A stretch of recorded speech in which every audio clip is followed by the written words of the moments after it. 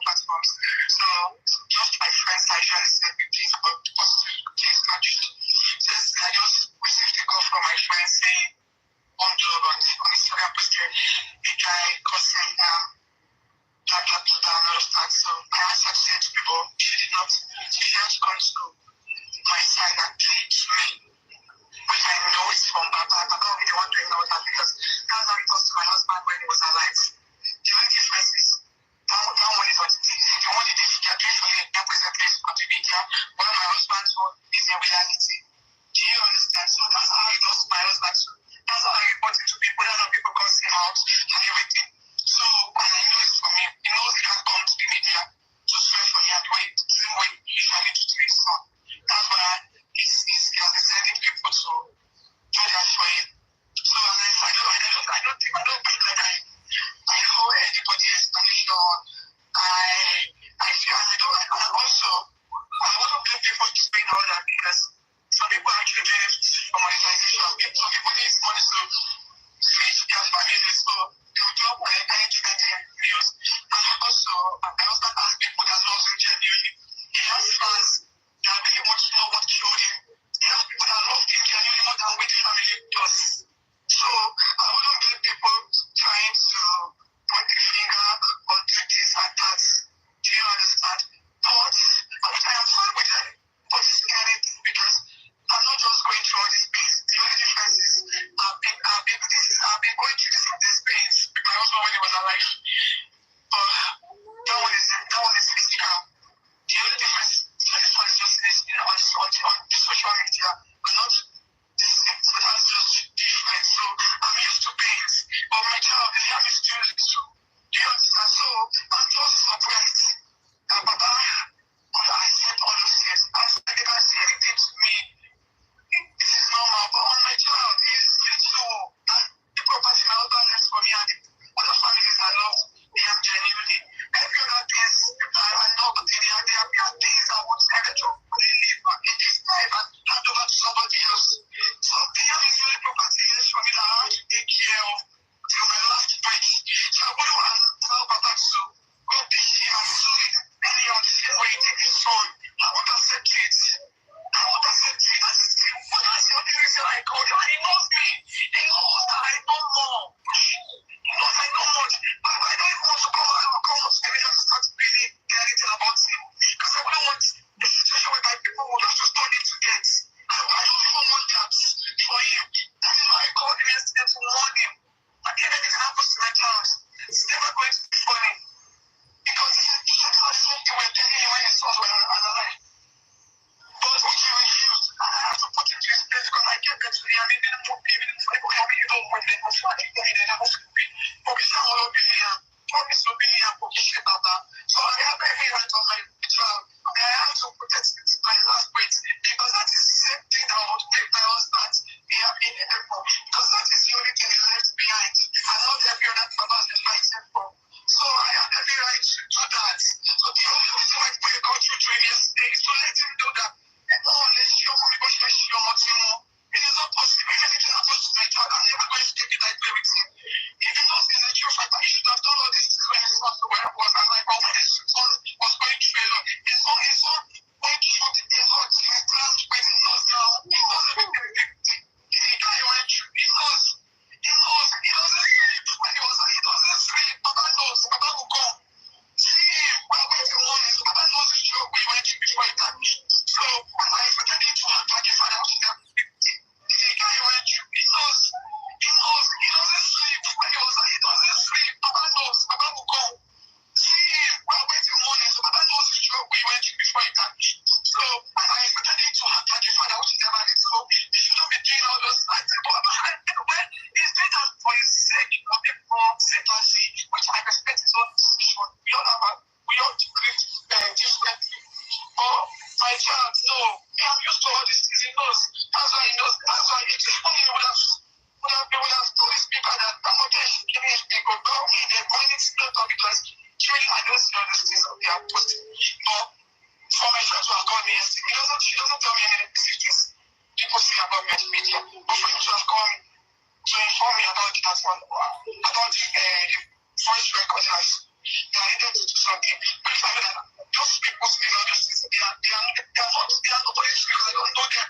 I don't know them. They cannot define who I am. I know myself. So I don't have to bother about those people. But Papa himself is the one giving them the impact. Because the laws I cannot cause their publicly. Why? People was including as well as presenting the speakers. I will allow that to happen. No, it's never going to happen because the enemy is all I have. He's all I got. There's the one that gave me peace and happiness. Never ever style my husband. So where should I put my heart? I'm about to have it. Every other person clinical on him cannot now it's possible. The only way to have possible is to pay for or God. But if I worship in a mobile, it must definitely be one way you put your words. And it can't touch the one of the way. One of the two.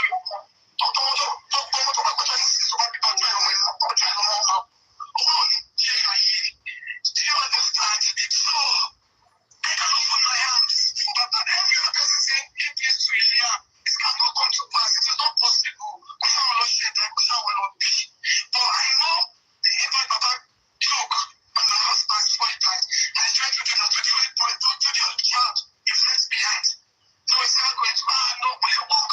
So that's why I'm coming for him. So I'm coming for me. I was in my space yesterday. And I know what my husband went through from this man. So you can mean, I expected him to have conscience and what will this picture of Mary, Omowummi? But we want to continue again. No. But you don't have to then. I am sure the same way they feel him. I cannot feel my son. No, they feel my husband. They never did anything. If anything happens to him, I'm going to worry. I'm not taking it out of myself.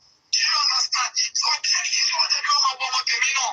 Me or you, the one now. If someone was alive now, I should have been better. But I gave two people working for him. But this is just an enemy guy. I am all he has. I am his God. I am his helper. I am everything he has. I have to protect him with everything in me. I have to protect him. So I only pray God through to him. So then if anything happens to my child, he's going to die too. Mama, if my mother, you know that is calm. My mother, you know, you don't want to talk. If he should talk, but me, I just doesn't want to talk because she doesn't want to she doesn't want people to stone her to death. And I don't want to talk because I don't want people to stone him to death. If I should come around to start talking, things will get worse. Things will get worse. And I don't even want it because if you decide justice for my husband, I want justice. He cannot die in vain. I need to know. What killed him? Because if I don't understand. I don't want to talk too much. I don't talk too much because I think it's my feelings.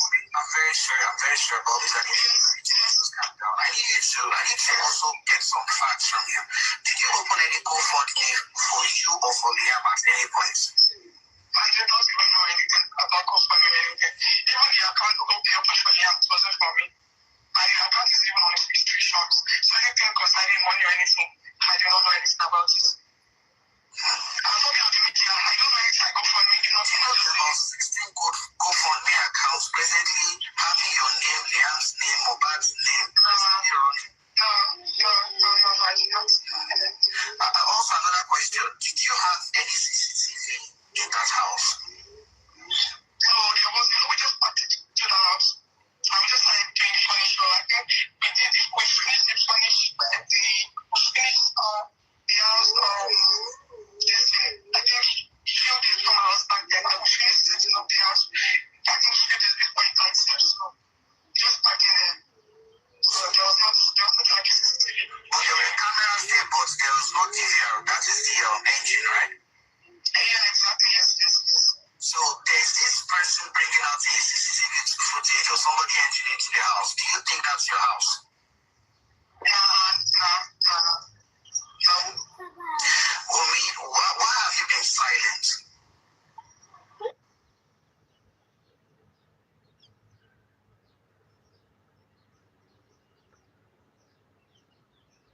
Tẹ́ẹ̀bà tí ìrìṣẹ́ àkántàǹtì ẹ sì lè ṣiṣẹ́ kínní kan wá ní rárá o. It's either kí wọ́n ṣiṣẹ́ àkántàǹtì yẹn àbí ká má ṣiṣẹ́ mi. Irú nọ́mbà 4 lẹ máa sọ fún wípé ìwé kíkà nìkan kọ́ ló ń sọ̀yàn di olówó. Ẹ jẹ́ káwọn ọmọ yìí kọ́ lọ kọ́ṣẹ́ makeup artist. Ẹ jẹ́ káwọn ọmọ yìí kí wọ́n lọ kọ́ṣẹ́ kínní kan. irú wọn wọ́n ti wà structure, wọ́n ti gbé sí ọpọlọ wípé rárá o, ìwé kíkà nìkan ṣoṣo ní ọ̀nà. Torí mo mọ obìnrin kan tí nọ́mbà 4 yìí tó ń bájà, ó ní ọmọ lọ́wọ́, mò ń sọ fún pé lóòótọ́ àwọn ọmọ yẹn ń kàwé, ṣùgbọ́n jẹ́ kí ọmọ yẹn lọ kọ́ṣẹ́ ọwọ́. Wọ́n ní àǹtí Ṣadé, iṣẹ́ hospital, iṣẹ́ ọwọ́ náà ni. Iṣẹ́ hospital, iṣẹ́ ọwọ́ náà ni. Bí ká máa má bẹ̀rẹ̀, ká máa mú òògùn, ká máa mú kinní kan, iṣẹ́ ọwọ́ náà ni. Ẹ gbọ́, iṣẹ́ hospital, iṣẹ́ ọwọ́ náà ni.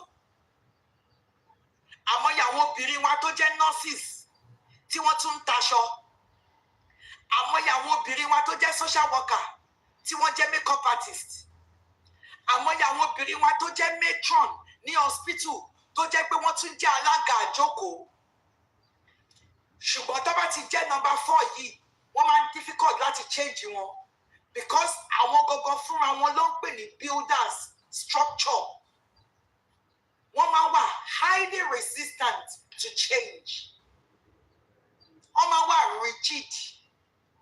rigidity bíi pé ẹlẹ́gbẹ́ stubborn ni.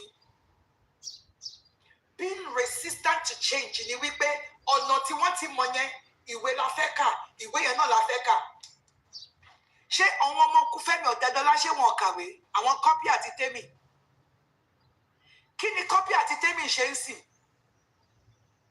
Kọ́pì ẹ máa sábà rí níbi fashion industry. Àbí Tèmi ẹ máa sábà rí níbi fashion industry. Kọ́pì ẹ máa sábà rí níbi entertainment industry. Àwọn ọmọ Gọ́vnà Adélékè tó bá sọ pé yàn lọ sí the best schools làwọn ọmọ yẹn lọ. Ṣùgbọ́n lẹ́nìí ńkọ́, àwọn ọmọ yẹn kí ni wọ́n ṣe? Wọ́n wà nínú entertainment industry. Ìwé kíkà nìkan ṣoṣo kọ́ ló lè la èèyàn láyé. There are many things tẹ́dá lè ṣe tó lè la èèyàn. Ṣùgbọ́n tí àwọn ẹlòmíì bá ti wà rigid nínú ọpọlọ wọn wípé bó ṣe yẹ kó rí lélẹ̀, kékeré ló dẹ̀ ti máa ń mọ́ wọn lára. So tó bá ti dàgbà, wọ́n ní ẹja ṣe é ká tó bá sì tutù. Ṣùgbọ́n tí ẹja bá ti gbẹ, kò ṣe é ká mọ́. Òun ni ọ̀rọ̀ nọ́mbà 4. Ṣé ti rí wọn? Ṣé ti gbé builder nọ́mbà 4 ni mo sọ di ilé yẹn o? Ṣé mọ̀ pé nọ́mbà 4 ni tẹ́lẹ̀? Òun ni mo sọ di ilé yẹn o. 4 báyìí ni mo ṣe tẹ́lẹ̀ o. Ṣé ti rí structure? Ó ṣeé ṣe kó ní wọn ní ọkọ. Ó ṣeé ṣe kó ní wọn ní aya. Ó ṣeé ṣe kó ní wọn ní ọmọ. Ó ṣeé ṣe kó ní wọn gẹ́gẹ́ bí work colleagues. Ó ṣeé ṣe kó rí wọn nínú church. Irú wọn lè máa sọ ìlànà ní ìlànà gẹ́gẹ́ bí papa ṣe fi lélẹ̀ ìlànà. Wọ́n máa dúró lórí ìlànà yẹn ni, structure yẹn ni. Wọn ò fẹ́ change. Wọn ò dẹ̀ ní change. Ẹ má yí ìlànà padà o. Ẹ gbọ́dọ̀ yí ìlànà padà. Tẹ́ bá fẹ́ jẹ́ kí àwọn èèyàn kí wọ́n hold on sí ìlànà, ẹ ṣáà lọ kó àwọn nọ́mbà 4 jọ síbẹ̀. Tó bá wà ní any denomination, tó bá ti mọ̀ pé o ò fẹ́ kí wọ́n change denomination yẹn gẹ́gẹ́ bẹni tó jẹ́ founder gangan bó ṣe establish denomination yẹn, ẹ ṣáà kó nọ́mbà 4 sí gbogbo àwọn tó jó lórí bẹ̀. Àwọn ló máa dúró pé rárá o, ìlànà ni. Bí bàbá wa Saint Mose Orímọládé ṣe ṣe nìyẹn. Rárá o, ìlànà ni. Bí bàbá Ọlọ́run Babalọ́lá bó ṣe ṣe nìyẹn. Wọn ò nígbà kẹ́ change ẹ̀. Structure. They are highly resistant to change. Highly resistant to change. Number 4. Number 4 nìyẹn o. Highly resistant to change. Ṣé ti rí bí mo ṣe fi ya ilé? Builders là ń pè wọ́n. They are structural. They are stable. Ṣé pé ìsàlẹ̀ ó stable ni? Ó ti dúró, ó ti jókòó, kò ṣeé ṣí padà. Ṣé ti reason táwọn kan ṣe ní problem lé ọkọ? Ṣé ń tọ́ ti kọ́ láti ilẹ̀? Wípé obìnrin ò ní anything ju pé kó bá wọn sùn kọ́ dẹ̀wà kíchìnì lọ. Ìwọ wá jọmọ bọ̀tì, ó wá fẹ́ wẹ̀ níbẹ̀, báwo ló ṣe fẹ́ pọ́n ẹ lé? Ẹjọ́ ẹ pé ní gbogbo ìgbésí ayé ẹ̀, nǹkan tó ti sọ fún un ní wípé obìnrin bá a sùn, bímọ, kó dẹ̀wà kíchìnì ni. so ṣé wẹ́n ni ẹ ló fẹ́ change mindset yẹ ṣé wẹ́n ni ẹ ló fẹ́ change mindset yẹ àbí obìnrin míì tí wọ́n ti kọ́ láti ilẹ̀ wípé èèyàn kì í finú hàn ọkùnrin o tó bá ń kọ́lé gan má sọ fọ́kùnrin mẹ́ni obìnrin ló kọ́ ilé tí wọ́n sọ fọ́kọ wọn náà mẹ́ni obìnrin ni wọ́n kọ́ ilé tí wọ́n sọ fọ́kọ wọn kò ń ṣàwọn náà wọ́n ti gbé sí wọn lórí àwọn náà tún wá ń lọ vibrate number 4 kíní yẹn wá kúkú gbilẹ̀ ó ń ṣiṣẹ́ nínú wọn number 4 lẹ́rí yẹn o ìyẹn dúró so ẹ jẹ́ ká lọ sí number 5 ṣé mo ní time ṣá irọ́ mi ní time mọ́ mo ní láti máa lọ tó bá di lọ́la I continue láti number 5 ok FYP ẹ jẹ́ follow ṣe mo pẹ́.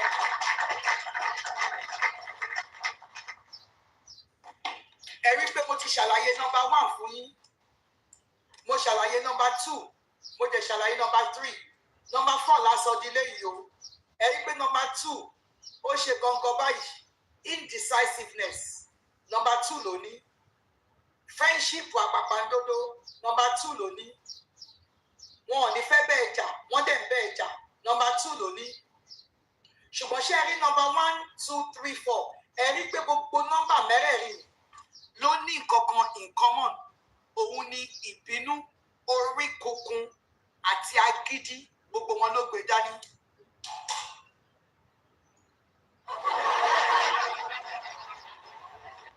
ẹgbẹ́ látàárọ̀ ìdá tí ń ka gbogbo ẹ̀ bọ̀ ẹ rí pé number 1 to 4 gbogbo wọn ló gbé orí kíkun ìbínú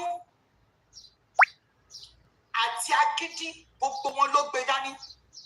ṣé ẹ̀rọ ni mo pa ẹ rí pé gbogbo wọn ló ní nínú ló fi jẹ́ pé ènìyàn á máa jẹ́ ènìyàn ẹ ṣé mà mọ́mílà ní kí reason tí mi ṣe fẹ́ sọ̀rọ̀ number 5 ń sìn èyí náà wo bí mo ṣe break it down tí má ní kí n sọ number 5 máa waste time ní number 1 tèmi nílé break it down fún yín number 2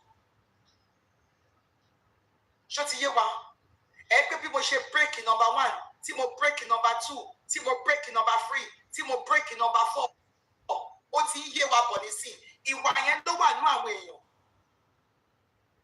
èmi dẹ̀ rí gan náà àwọn èèyàn tèmi gangan mọ̀ personally as ọ̀rẹ́ àbí as ẹbí ọ̀rẹ́ mi ni lady tó wà Nàìjíríà nígbà tí wọ́n ṣe ASUU strike ní tí mo ní pé ẹ jẹ́ káwọn ọmọ yìí lọ kọ́ nǹkan kan bó ṣe ń jókòó sílé yìí ò dáa kò má dà iṣẹ́ ọwọ́ náà ní iṣẹ́ hospital iṣẹ́ ọwọ́ náà ní iṣẹ́ nọ́ọ̀sì mo ní mo ti gbọ́ nísìn àwọn ọmọ yẹn kàwé tán iṣẹ́ dà àwọn ọmọ yẹn ka ìwé iṣẹ́ dà tó bá jẹ́ pé ẹ ti jẹ́ kí àwọn ọmọ yìí lọ kọ́ṣẹ́ ọwọ́ ni ipe bóyá makeup artist àbí wọ́n mọ ọrún ṣe wọ́n máa fi yẹn máa jẹun nísìnyí by the time tí bá máa fi ké sórí TikTok pé ẹ gbà mí ẹ ṣàánú mi o mo lọ ọmọ kan lọ́wọ́ o wọ́n ṣẹ̀ṣẹ̀ kàwé tán ni kò ti ṣe o but ọmọ makeup artist ṣe o àwọn èèyàn dáwọ́ makeup artist box wọ́n dáwọ́ gbá dáwọ́ àwo from there a máa lọ ṣe professionally ìtẹ́mi náà bá lè fi kún máa fi kún ṣùgbọ́n structure yẹn ti wà lọ́pọlọ àǹtí yẹn kò fẹ́ gbọ́ kò fẹ́ gbà lẹ́ni ìkọ́ni sí ọlọ́run á ràn gbogbo wa lọ́wọ́ àbí number 1 ni mo fẹ́ sọ ni tó jẹ́ wípé wọ́n máa fojú wò pé o lè dáṣe tàbí kó o máa fẹ́ ẹni tó jẹ́ number 1 kíní yẹn á máa lé ẹ jìnnà sí ó yẹ kí ọpọlọ ẹ lè sọ fún ẹ pé number 1 lẹ́ni yẹn kò dẹ̀ ṣẹ́ jókòó tì ẹnájì ẹ ló lé ẹ sá ẹ má máa jẹ́ kí ẹnájì àwọn èèyàn kó máa lé yín sá àgàgàgà tó bá ṣèkà sí yín ẹnájì ẹ ló dàbí àgàgàgà ẹ tó bá ń vibrate strong number 1 tó bá wá jẹ́ ọkùnrin tó wá ń fẹ́ obìnrin tó vibrate strong number 1 vibration pé lady yẹn gbé number 1 dání vibration yẹn lásán gan lè lé ẹ lọ. lady yẹn kan máa ṣáájò pé kó o má lọ ṣùgbọ́n energy ìwọ ló máa wá dúró tì pé rárá mi ò lọ bí kankan. Energy má bínú jókòó síbí ṣọwọ́ ọmọbìnrin mo láìkí ẹ bẹ́ẹ̀ dúdú yẹmí akuru yẹjọ́ ìbàdí àrùn kò wá tán. tó bá jẹ́ pé nọmba 2 ni èyí nọmba 2 àti sọ títí náà fún yín nọmba 3 àti sọ títí náà fún yín àbẹ̀rẹ̀ láti nọmba 5 lọ́la àti là ní kí ẹ ṣe gan ni mà. tó bá ti lọ́la aláṣẹ ìgbìmọ̀ rẹ̀ àtúpàdé FYP ẹjọ ẹ follow wa ẹjọ ẹ follow wa FYP ẹ follow wa okay interesting platform níbí gbogbo nǹkan tó ní ṣe pẹ̀lú ìhùwàsí ìṣesí wa gbogbo nǹkan tó ní ṣe pátápátá pẹ̀lú ìhùwàsí àti ìṣesí wa òun là ń sọ níbí láti lè fi di ilé wa mú láti lè fi di iṣẹ́ wa mú láti fi di ọkọ wa mú láti fi di aya wa mú àti láti fi tọ́ àwọn ọmọ wa kọ́ má bàa ṣì rìn kọ́ má bàa ṣì sọ kọ́ má bàa ṣílẹ̀ tẹ̀ bẹ́ẹ̀ ni láṣẹ Òdùmarè àwọn ọmọ wa ò ní ṣì rìn wọn ò ní ṣì sọ wọn ò ní ṣílẹ̀ tẹ̀ o àbímọye àní bímọ kú o àbímọ àtọmọyege láṣẹ Èdùmàrè àní tọmọ ṣẹ̀sín o àwa ní tọmọ báwọn kábàámọ̀ tó bá ń ka àwọn tó ń bímọ tó ń tọmọ tó ń kábàámọ̀ nílé ayé orúkọ títí wa ò ní sí nínú ìwé yẹn o ìwé àṣeyege àṣeyè àṣeyege àṣegba oríire òun lèmi àti yín máa ṣe nílé ọkọ ní àṣẹ lórí àti láya ní àṣẹ lórí àwọn ọmọ wa ní àṣẹ lórí jíjẹ àti mímu àṣẹ lórí ìdùnnú àṣẹ àlàáfíà ara àlàáfíà ẹ̀mí àṣẹ ìfọ̀kànbalẹ̀ àṣẹ ẹ̀mí ọgbọ́n ìmọ̀ àti òye àṣẹ bẹ́ẹ̀ ló máa rí kò ní yí padà àṣẹ ìyẹn làwa ń sọ níbí o bí ilé ṣe máa dúró tí gbogbo ẹ̀ máa tò a mọ̀ pé a kì í ṣe Jésù Kristi olùgbàlà aráyé a dẹ̀ kì í ṣe Prophet Muhammad sallallahu alaihi wasallam bákan náà a kì í ṣe Ọ̀rúnmìlà bàbá Ifá àmọ́ ìwọ̀nba tí Ọlọ́run fún wa gẹ́gẹ́ bí ọmọ kékeré ara wa yìí àwa máa mú wá ní gbogbo ìgbà kí ilé kó lè tò kí ilé kó lè tò kí ara kó rokùn kó dẹ̀ rọ ẹ̀dìyẹ fún gbogbo wa àmì àṣẹ ẹ ṣé mo dúpẹ́ o gbogbo comment section pátá ẹ ṣé mo dúpẹ́ gbogbo ẹ̀yin gifters wa mọ́mí kẹ́mísì ẹ ṣé mo dúpẹ́ àti làníkì ẹ ṣé àti bùnmi àti ọ̀pọ̀lára esther ọ̀nkù máìkì ọ̀nkù agbọ́lá gbogbo yín pátápátá ẹ ṣé o ẹ̀yin tí ìbàdárúkọ ẹ̀jẹ̀ má fi ṣèlú àti ẹ̀mí ẹ ṣé gan ni FYP ẹ̀jẹ̀ ẹ follow wa o ẹ ṣé mo dúpẹ́ o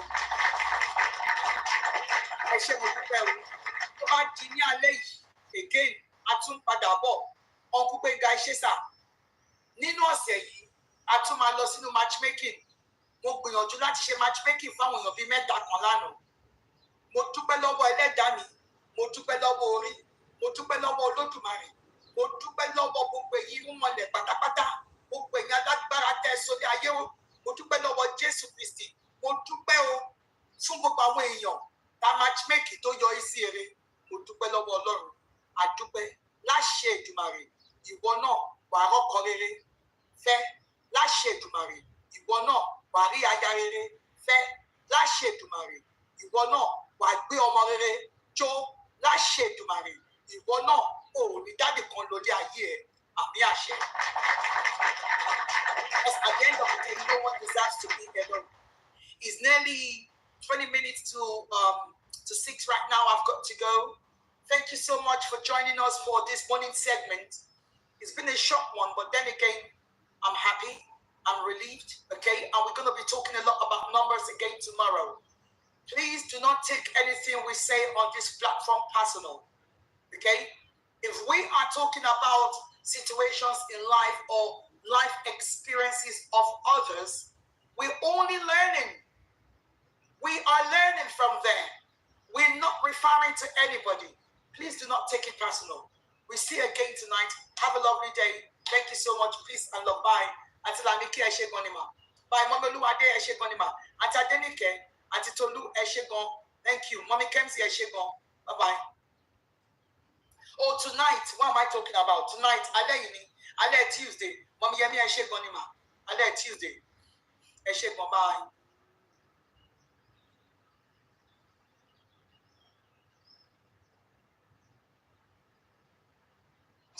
Also men, not only women, there are still some men that can tempt women with easy ways like this. Likewise, women too that can also tempt men with easy ways like this. He said his husband is not at home, the husband has traveled, this and that. You see it. He says suddenly he followed her. You see him now. Instead of you to even go, you hearing that he's a married woman, the husband is not at home, is enough for you to run. But he didn't run. Rather, he followed the woman. He says suddenly he followed her. He was like a cow on the day when he would die. He was like a deer animal that walks into the hunter's trap and arrow shoots. He was like a bird that enters a trap. He did not realize that his action would cause his death. You see it. The woman is saying that my husband traveled. How sure are you to believe such a woman? You are not even supposed to believe that woman because the husband can come at any time. And you now, you don't have the word of God because look at the way Solomon classified. He said it's simple. He has not yet known the word of God. If he had not known the word of God, Solomon would have said, hey, a woman who is married is not even supposed to go out with her. He would have fled. But he didn't know. Praise the Lord. Because he didn't want to learn. So you see it. He said this was a lie. She never stays at home. The woman was looking for any man. She was telling the man that I came out because of you. No, she's dead, looking for who will just carry her or who she will lure to her room. He said the woman was looking for any man to her. This was not special. She just wanted to have sex with him. She just wanted to destroy him. You see, two things: sex and destruction. The woman talked about her bed. Now we are sure that she was thinking about sex. For the woman to say she has dressed her bed, she has a beautiful curtain from Egypt, that's the signal that was given to the man. The man is supposed to run there and say, no, this woman, this is not what she did. Automatically, exactly what he was also looking for is what he got. He said he wanted to get the man into her bed. Surely the man realized her plan. Perhaps he hesitated. If so, he did not escape. Instead, he waited. He let her speak. She spoke and tempted him more. You see it? So, this is a signal. Anyone you see talking, only that first word, even the first smile, the first look, the man or the woman will look at you. It's enough for you to calculate you as a child of God that, even before the man even water, they look alone, you understand. Don't even water a word, just let him walk away. Praise the Lord. They will still have some women too. They are not smart. They will not understand. They will just think, oh, maybe the person is just like lonely a little, he's just looking for somebody to talk to. But you see the man now, the more they were talking, the more he was getting deeper and deeper and deeper and deeper into the situation. He said then the young man knew the truth. She invited him to stay for the night in her bed. She promised love, but really she wanted sex. He said the woman told the young man that he was safe, but she had a husband. If the young man slept with the woman, then the husband will be angry. This is dangerous. If the young man were wise, he would escape now. You see it? If he was wise, he would escape now. He should run away. He must not delay. The right decision will save him. The wrong decision will kill him. He said from his window, Solomon watched them. He heard the woman's words. He saw the man make his decision. Solomon hoped that the young man was wise. Solomon hoped that the young man would make the right decision. The end came suddenly. As Solomon watched by the moonlight, the young man turned. The woman started to walk away. Then the young man followed the woman. Together they walked. You see now, the woman even turned away. The man was the one that even followed the woman now. Together they walked into a house. Nobody could stop them. Nobody could save the young man. The way that the man followed the woman reminded Solomon of something. It reminded him of an animal that was soon to die, like a bird in a trap. The young man had lost everything. Wisdom would have saved him. You see it? Wisdom would have saved that man, but because he doesn't have wisdom, he lacks wisdom. He was simple. You know, a simple person, he doesn't really know good and bad. He doesn't know the difference. You understand me? So that is why it's in this state. Thank God I don't think we have this kind of simple people in this our time. Everybody is smart, everybody is wise. He says Solomon saw no more, but then he says that the young man died. Solomon is explaining what might happen to such a man in the end. Solomon's message is clear. We should learn to be wise. Then we shall escape from danger. We must refuse to do evil things, otherwise we shall be in great danger, just like the young man. Praise the Lord. He said, now, my son, listen to me. Hear my words. The Lord is still speaking. Do not allow your heart to follow this woman. Do not allow your heart to follow that man of this kind. Do not wander into her path. Don't even go to her territory. Don't go to, if you know that woman is still in the train station and you are supposed to take your train there, go to the next train station, go and take your train. If you know that the woman is staying in that bus station, my dear, go and pass Israelite journey, go and take the bus elsewhere. He said, do not wander into her path. This woman has attacked many people. You are not the first person. She has attacked a lot of people. She has caused a whole crowd of people to buy because of TikTok. I cannot say that one thing. He said her house is on the road to hell. She will lead you to your death. You see it. And when you read on that translation, he's talking about, he said, her private part is a road to hell. There's another translation. When you go to different translations, there comes one that says that. This one is saying that her house is on the road to hell. So anyone that entered into her house is in great danger. You see it. So God is speaking to us. He's speaking to you and I. We need to be very, very careful. Let us learn to do with evil. Let us learn to do with all character. That in the sight of God, God will say, my child, why didn't you run? Why didn't you run for 40? You can see the beginning of this word. He said, obey my commands. Praise the Lord. Let's go back. He said, my son, keep my words safely. Remember my commands. You will live if you obey my commands. Protect this instruction as carefully as you protect your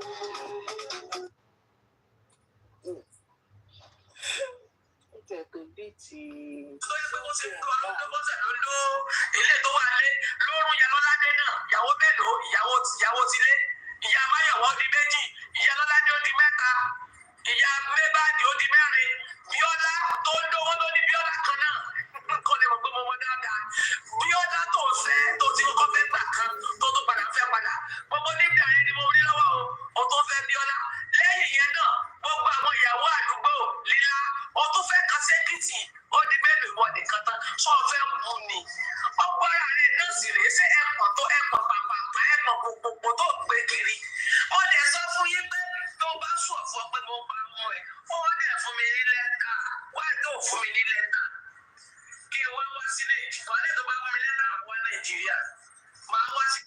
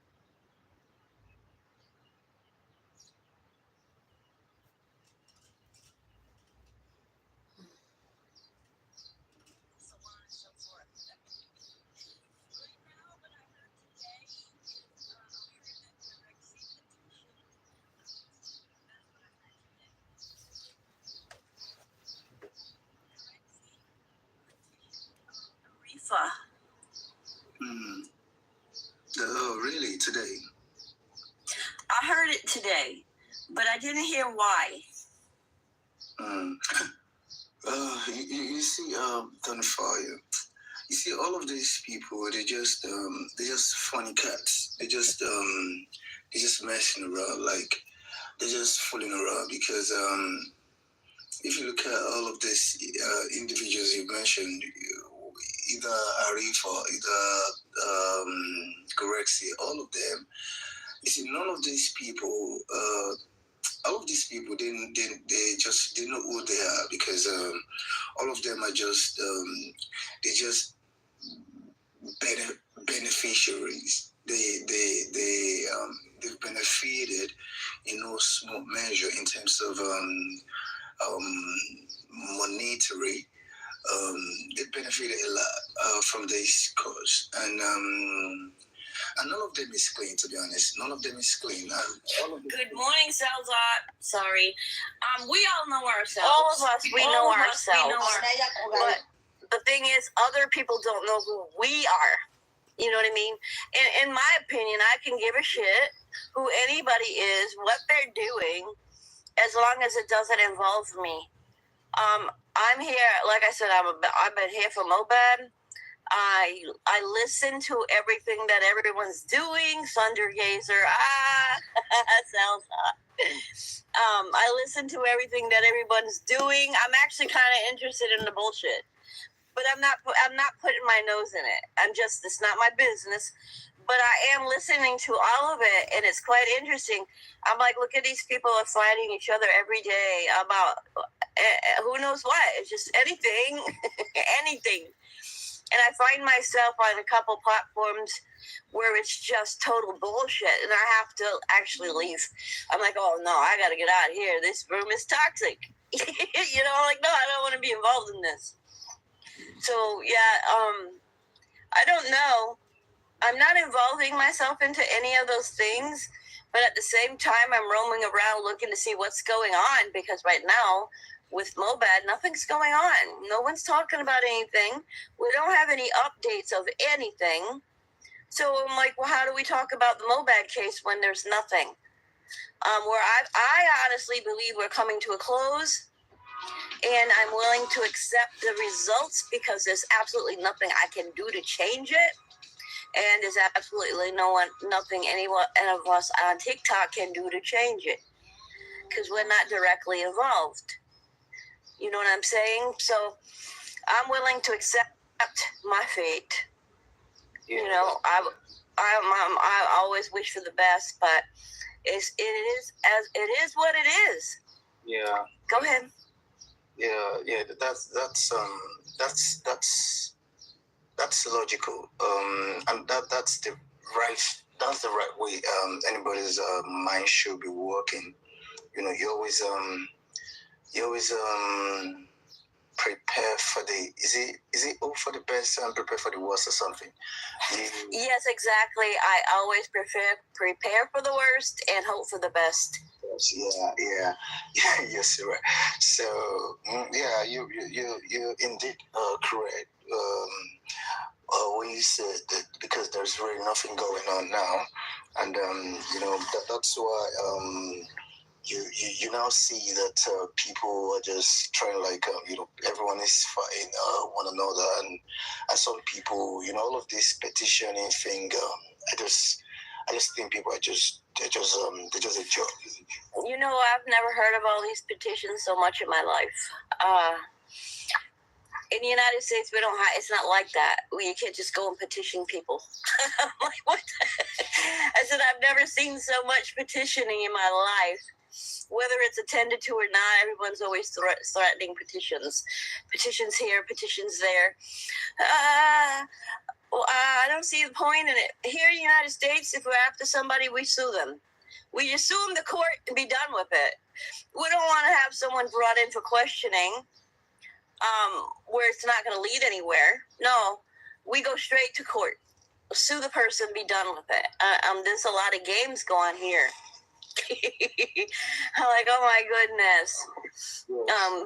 I think I have to wait like 30 days before I could change my name back, and I was going to go back to Thunderfire. But people are starting to call me Thunder Gazer. And it's pretty freaking catchy. So I might go to Thunder Gazer. I'll have a little of both worlds. This is too funny. Good morning, Only Rocky One. Good morning, people. Please share the live. Yeah. Go ahead, Jack. Okay. You see, the thing is,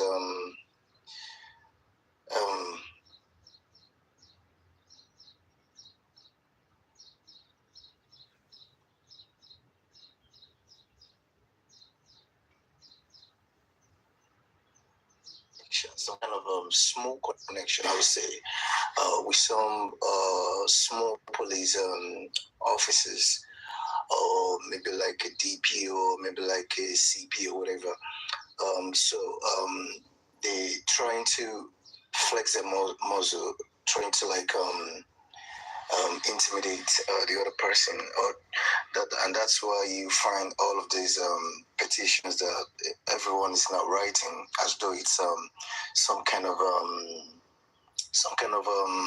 let me not borrow Sakuma's word, like it's some kind of love letters. So it's really funny, like they're making a mess of it, and that's why everyone now says that petition is war. But if it is a reasonable one, you will feel the impact of it when it's all said and done. But you see, all of these old shenanigans and childish games that you see around here, it's just because somebody just want to do something. Somebody just want to be talked about. Somebody just want to be like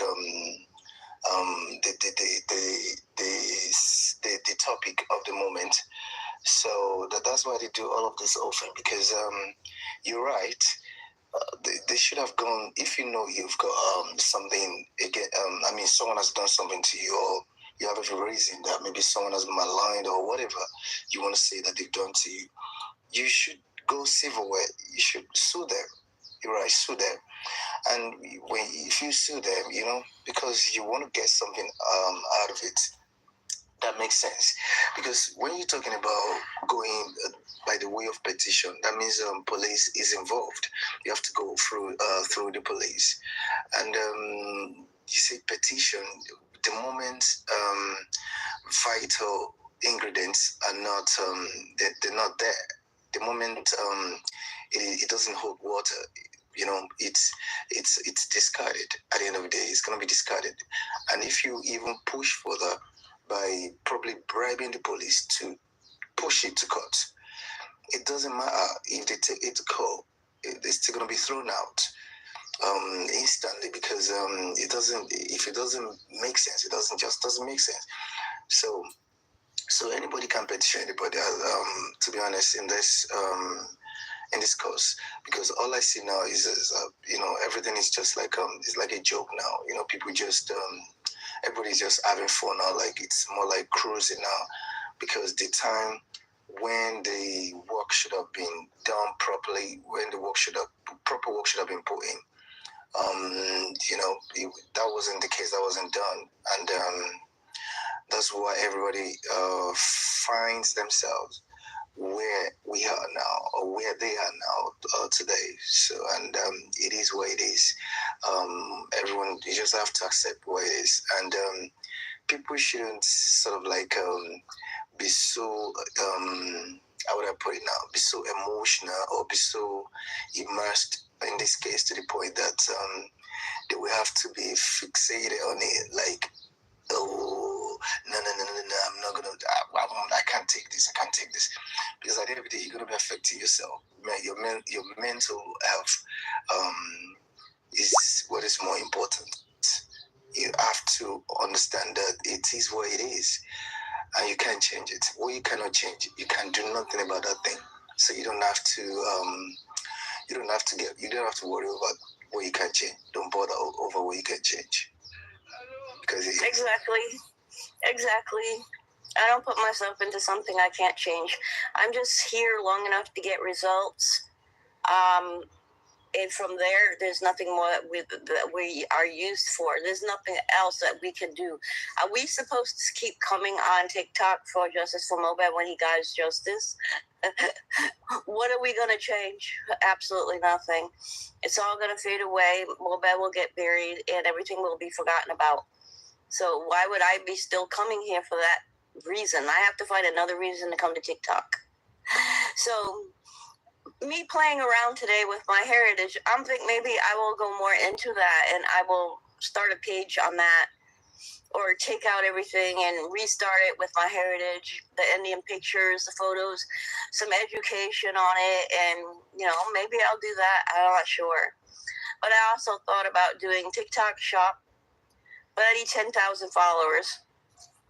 So I was going to grow host to try to grow my page, but doing that now is interfering with all the friends that I have here on this Justice for Mobad. When I go to share the live, I've got all these American friends that I've added, and I have to go searching for my people. I said, maybe now is not the time to do that. So I don't know. I just have to, I'm getting prepared to think about something else to do on TikTok. Maybe to make some money, do some income. Not on the Justice for Mobad. I don't want to make money on this, but on other things to get like a small business going, because that's what we do here in America. A lot of Americans have businesses on TikTok. And when they shut us down that time, a lot of people were devastated. Who's asking to come up, and then when I look, there's no one there? Southside, is that you? Yeah, I'm just getting prepared, because this is coming to a close very soon. It's coming to a close very soon, so I have to either shut down TikTok and look at TV. I don't like looking at TV. I seriously don't. I have a TV that I haven't looked at in years. I don't like sitting there doing nothing, looking at a TV. I don't like it. I like to be occupied with something. And right now I've been occupied on this TikTok. Now I've been coming every day. I've been coming on TikTok on live every day, trying to keep my time occupied, discussing whatever. And I go on other platforms and I laugh, because we have something with the planets going on right now. Phoenix knows more about it than I do. I'm learning. And everybody's clashing because of these planets. I'm thinking of doing TikTok online shopping. Yeah, I was thinking of that. TikTok shop was where I sell things for TikTok. But I've been seeing the planets. Phoenix was explaining some of these planet things which Richie knows about. He has knowledge of it, which he seems to have knowledge of a whole lot of things. It's like, how old are you? Anyway, he has knowledge of this planets thing. And the planets are aligned right now to cause chaos everywhere. And that's what's happening. I'm watching Richie and Aristocrat bumping heads every day, which is funny as hell. But Richie, knowing that, he should be able to fight that off, but he's not doing it. He's butting heads with Aristocrat. And everyone's fighting each other. The wars are happening. All the planets have got the whole freaking place all messed up right now. And then I found out, I was making jokes with Phoenix. She said that Scorpio rules the United States. I'm like, are you kidding me? She said, no, right? Scorpio runs the United States. I'm like, are you kidding? Because I'm Scorpio. And she goes, that's why you're not affected the way most people are affected. I'm like, okay. I'm like, I don't know I have no knowledge of these planets and these astrology or any of those things at all. I know nothing. But I don't know. She's teaching me some here and there, and I still don't get it. I've just never been interested in that. I love skincare products, especially Korean skincare. Well, I can tell you a secret that you don't need all that stuff. Just don't use soap. Just don't use soap on your face. Just use water. I did never have a blemish on my face my whole life. No, I still got good skin. I don't have any wrinkles. That's the secret. Putting all those things on your face ruins your skin. It takes too much oil out of your skin and to make your face too dry. And then if you add all those oils to your face, it's too much. It'll cause all those blemishes. No, I don't put nothing on my face. It's nice and clean and clear. That's the secret. I don't buy any stuff like that. Nothing. I save myself a lot of money from all those gimmicks. Those things don't work. Put some water in a bottle, a nice little bottle that looks real pretty or whatever, and sell that water as a skincare. Okay, people, if you don't put crap on your face, then you don't have to worry. I don't even wear makeup. I don't even wear makeup. I'm all natural. All natural. And it's worked for me. It's worked for me. It's worked for my mom. But my mom's all wrinkled up because she spends too much time in the sun. That's another thing. Don't spend too much time in the sun. It wrinkles up your skin. I'm prone to acne. That's my problem. Yeah, take all that stuff off your face. Don't use any makeup, any oils, or nothing. Just use soap and water. I don't even use soap. I use a astringent. I don't know how to explain that. Astringent. Okay.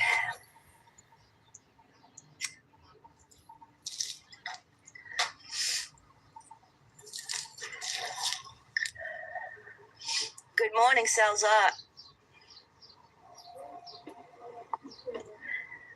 Can't hear you. Are you still in bed? I can't hear you. I'm going to mute you because I can't hear you. All right. Just don't use all that stuff on your face, and all those issues will go away. On fire. Yes? Yeah. Let's get a little bit. Let's get a little bit justice. I just wanna raise something. Like, I wanna ask you a question. Sure, anything. Yeah. If you were the wife of Mohbad, right? What would have been your reaction? And what would have been your reaction to? Okay. Let me put it like this. Let's go by the another. Sorry, it's under fire. I was far away from my phone. Sorry, Jack. Continue, please. Yes, let's go by the explanation, or by the narratives that women's supporters, they're trying to give us the reason for her not opposing the way Mohbad was buried. Now, let's say for instance, if you were the wife of Omowummi, how would you have? Is there anything you think you could have done, or you would have done, to stop that ritual barrier, to stop that despicable barrier? Well, knowing what I know now that I didn't know before, from what I see, women are treated badly. Women are how do I say, pushed aside and not considered. That's the reason Miss Loba took over. She was just the wife, and I guess a wife doesn't matter, especially when you can have more than one, two, three. And if the husband dies, I mean, it's like the wife. It goes to the children. It doesn't go to the wife. I'm like, I'm just finding these things out yesterday. It's like Mr. Loba took over, so he's the one in charge. It seems to me she didn't have any say so at all. And we didn't see her at the time that it happened behind her.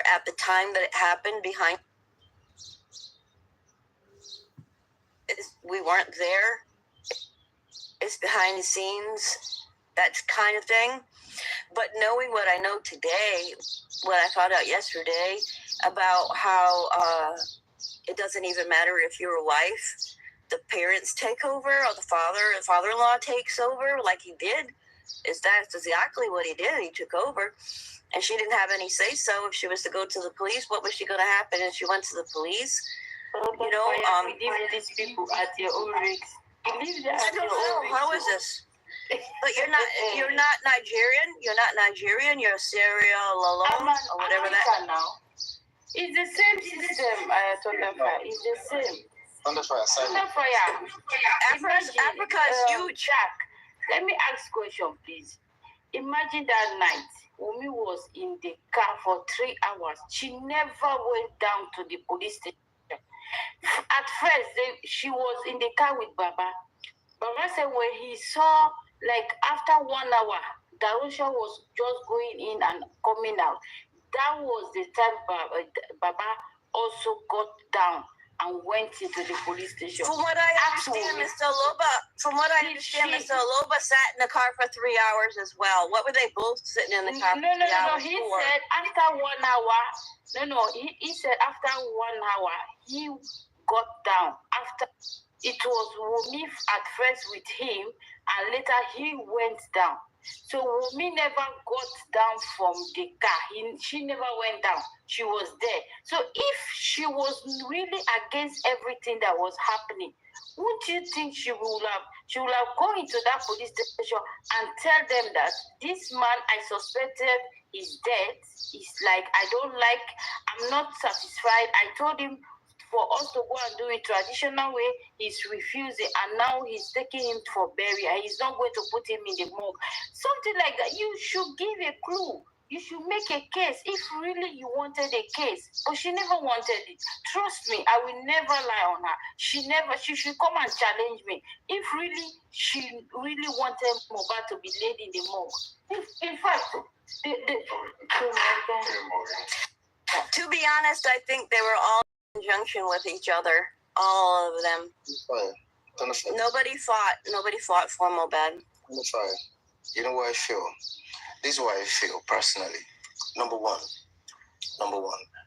on the side of the family, that's on the side of the family, I mean, Mohbad's family I'm talking about now. Don't forget. You just said Mohbad's side of the family? Well, which one is that? On the side of the family, I mean, Mohbad's dad, Mohbad's family now. I'm not talking about the wife now. I will talk about the wife after. So you're saying Mr. Loba, Blessing, and Adora? And and the mother? Yeah, all of them now put together. But I will point more to Baba Mohbad now, because it was alleged that I don't even think Davido gave them was it 2 million naira to use for the burial. So this 2 million naira. How much is 2 million naira in USD? In USD, that should be less than. That should be about probably less than $1,000 and probably $200, I'm not sure. Do you know how much it costs for a burial here in the United States? $7,000 up. $7,000 and up. Yeah. Did you even know what under fire? There's something I even want to make with that. Let's say that that's actually ridiculous. But let's just even think about that figure that was given. That if the family, let's just say everyone in the family, including the wife, the father, at that point they had nothing in their account. So now, why can't they use this 2 million naira or take 1.5 out of it to buy him at least? That is still going to be ridiculous. That is going to be, as a matter of fact, more than ridiculous. But to have used the entire 2 million to even get him casket, because it wasn't like they were going to do one big party or whatever for him. So why can't they look for a 2 million naira casket and buy that? Why would they now take less than 50,000 naira out of 2 million naira? That's less than 10% of the money. So why would you buy a casket that is less than? You see, people don't understand what we're talking about. When we say 50,000 naira, less than 50, we're not talking about less than 50,000 pounds or dollars. 50,000 naira is just money you can actually give to a beggar on the road if you pass him. You get it? So now, even at that, Jack, what we were told that there were so many celebrities in that house. Don't you think some of those people would have given some? I'm talking. Don't you think all those 250 people who were in the house? Don't you think maybe they would have given a little from each of them to do better than what was done? So I'm even having a hard time believing DeVito was even involved at all. Okay, Bale, go ahead. Sorry, good evening. Yeah, it's night here. But this is something I want to ask Mr. Jack.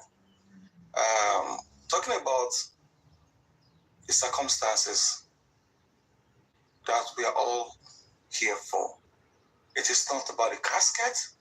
It's not about where he was buried.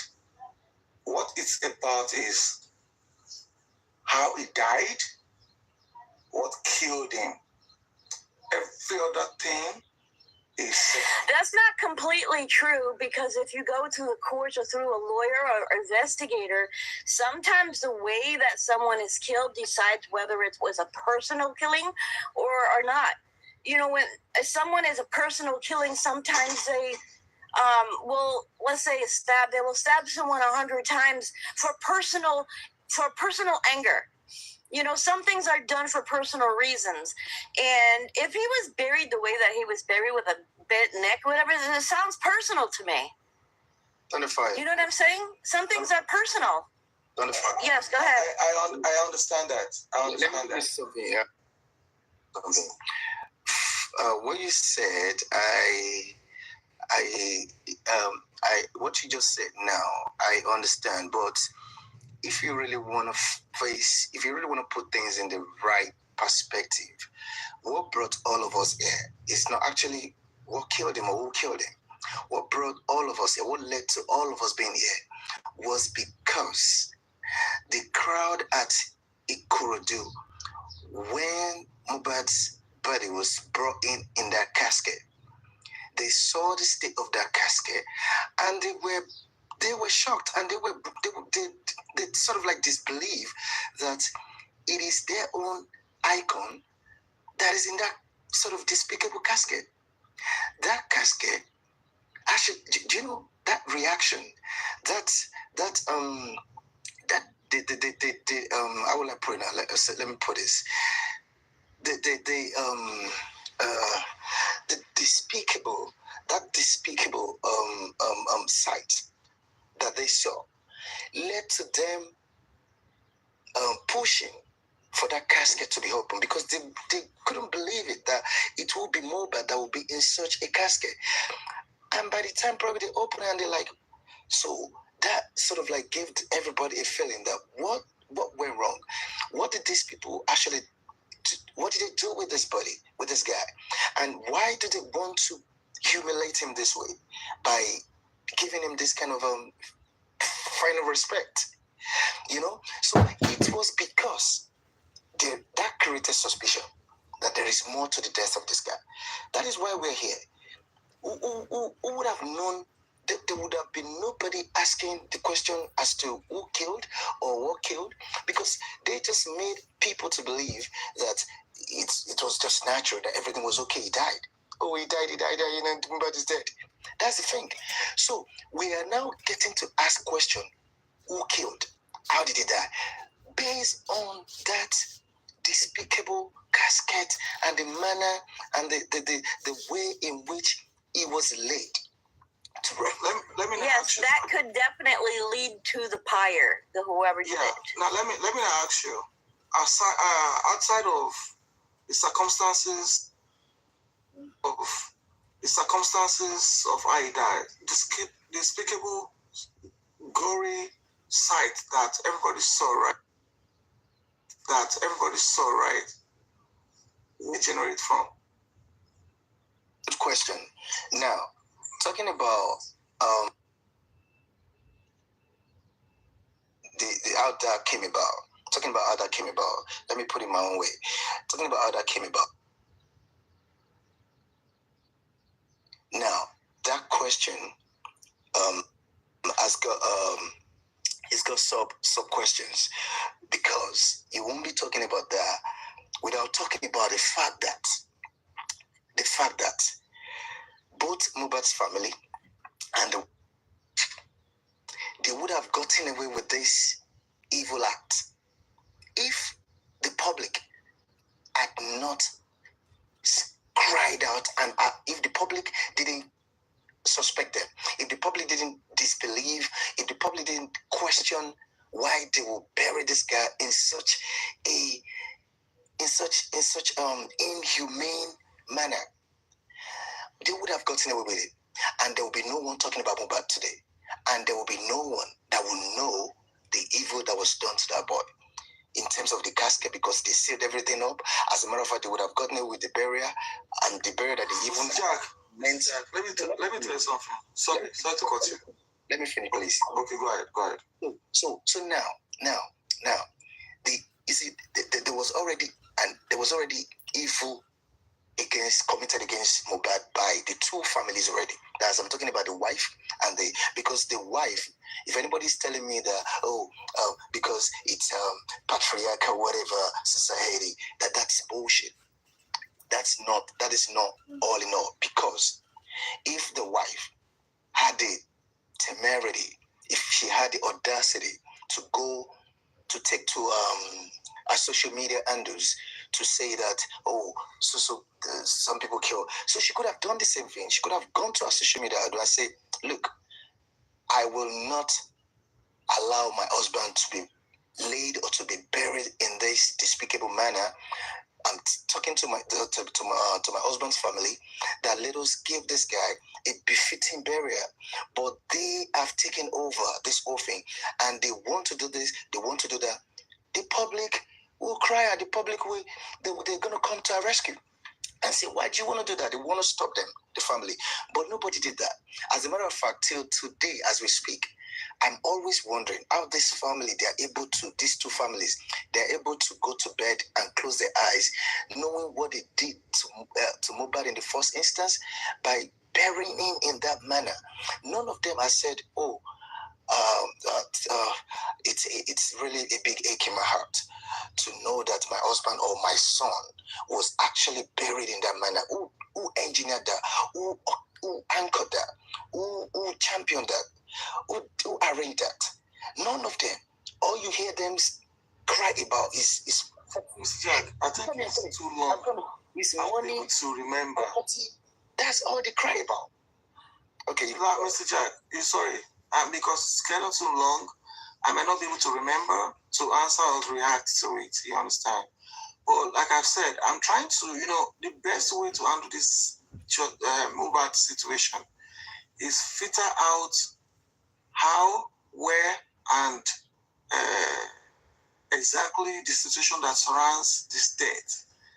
Now, talking about how he died, we don't know.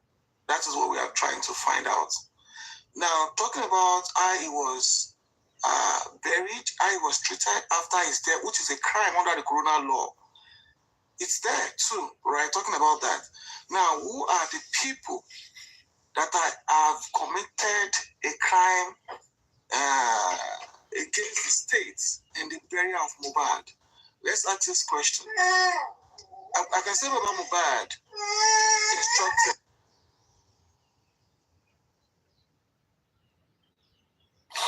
I can say about Mohbad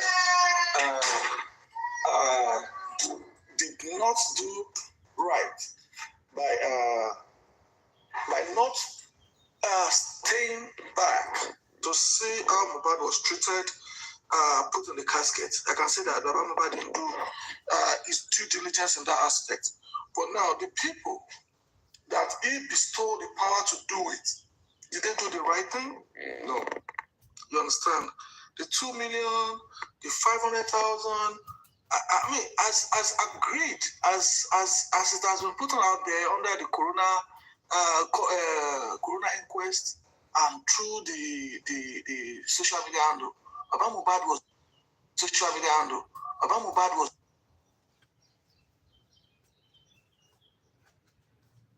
He was not present. Even when he was being buried, he was not present. So Baba Mohbad. I beg to differ. I have a photo of Mr. Oloba at that burial. Oh yeah, I mean you can say that, but I mean even the guys that you remember this Curtis guy that says something Curtis, the comedian, this guy Kubagidi and the rest of them stated that they had to go and greet Baba Mohbad where they were wearing all black in the rain. They are all wearing black in the rain, and they had to go greet Baba Mohbad where he was seated far away from the burial ground. So I don't know what you're talking about. This is the first that I'm hearing. I'm talking about did you know these people went to the burial too? Kubagidi, I don't know those names. This is the first that I'm hearing these names. Okay, so these are the people. These are socialites. These are people that has done one or two things around Mohbad. These are people that were present. Even the guy said he lost his phone on that day. What's this guy's name? This guy is a comedian. These guys are socialites. They are celebrities that were present. They were the first people that showed the videos how Mohbad was being, how they were going to greet Baba Mohbad, how they were robbed of their phone on the day Mohbad was being buried in the rain.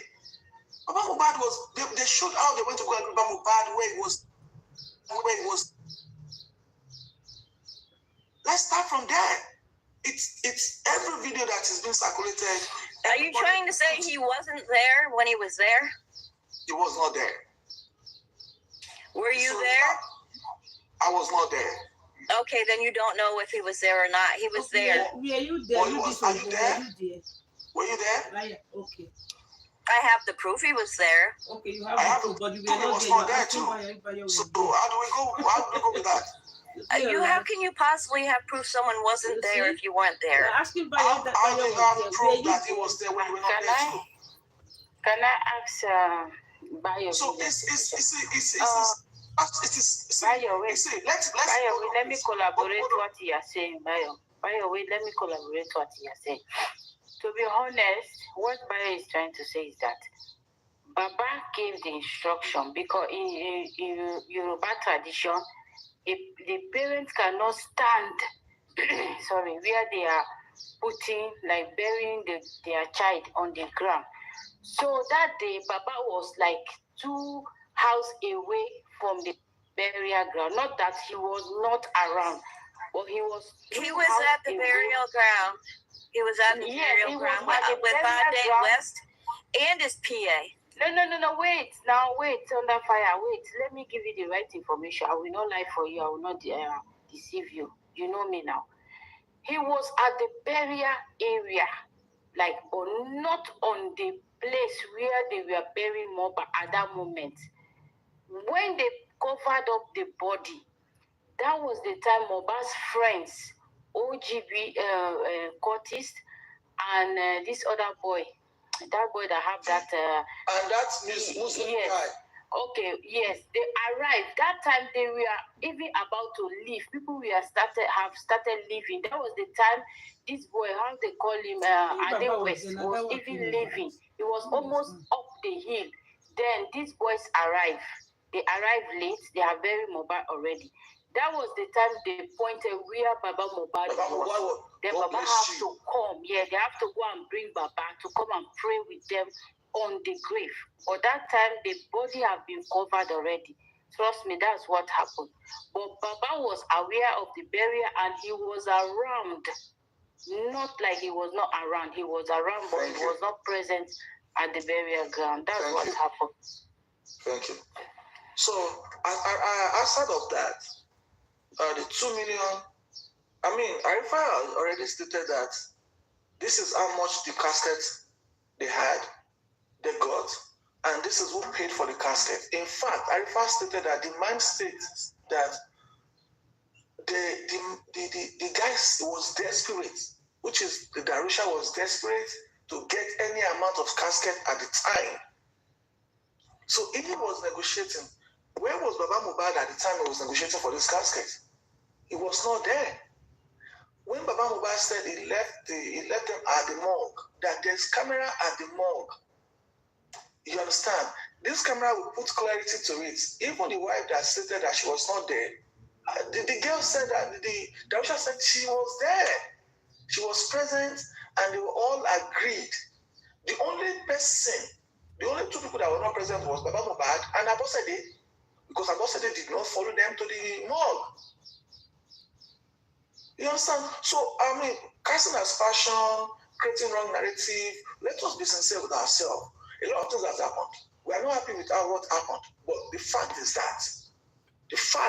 is that what killed this guy? How he was buried. Now, Baba Mohbad took a bold step to say that, it's still the Corona Law, 2007, Lagos State Corona Law, that states that the way a dead body is treated matters. You understand? Hold on. It matters. That is why embalming without having a license is a crime.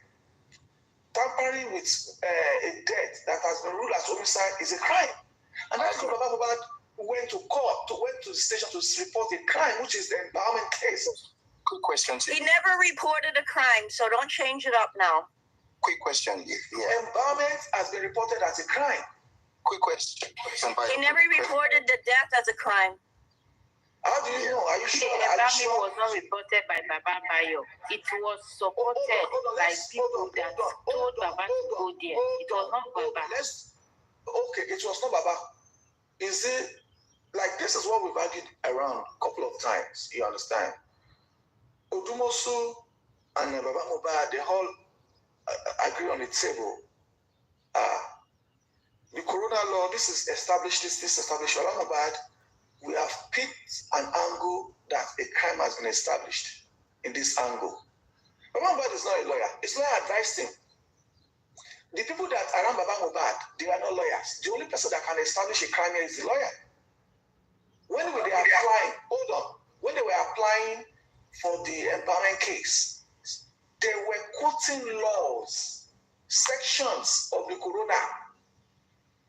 That was how it was applied. That's why I say if you have a copy of that embalmment, a copy of the petition to the government, you can read it out. Sections of were quoted. It's also against the law to bury a body without reporting it, and that's what Mr. Loba did also. It is still under the Corona Law of tampering with dead bodies. It has been established. Reporting that to the station is reporting a crime. Now, no, sir. He only went for a police report to carry the body, not to report the crime. Hold on. For your please. Let's have an engagement. No, it is an open mind. It is an open mind conversation. If you want to deny, you are saying you were not there when it was buried. I was not there, but you have an evidence. Wait, let's have a dialogue. Let's keep it open. If you want to have a section, you want to have a side to this story, I don't have to be here. Wait, let's go by the words. No, you're right. You don't have to be, and I didn't invite you. You came welcomely, and I accepted you. So don't threaten me that you don't have to be here because I could care less. Let's go by the words of Baba Mohbad now. Now, before I go by that, I want to ask a question. quick one, just yes or no is good, Bio, so that I can now go into what I want to say. Now, let's assume that Baba Mohbad. No assumption, please, sir. Okay, no assumption. Okay. I like the fact that you said you sort of like blame Baba Mohbad for not doing his due diligence to ensure that That's the fact. I like that. But now, we are not assuming. I like how you say let's not assume. Now, because we're not assuming, now, would you agree with me that up to today, neither Wunmi nor any Wunmi's family members, neither Mohbad's family members, father, mother, sister, brother, has come out up to date, has expressed their displeasure or the kind of ache they felt after watching Mohbad being buried in that they have claimed. But has any of these two families expressed their pain with regards to that? Because the question I'm going to put to you now, which I put to everyone on this panel yesterday. He said it's a yes or no. Now you're going further. I put a question to everyone yesterday. If you, Bayo, or me, or anyone here on this panel now, if you were Mohbad, if you were buried in that manner, Mohbad was buried.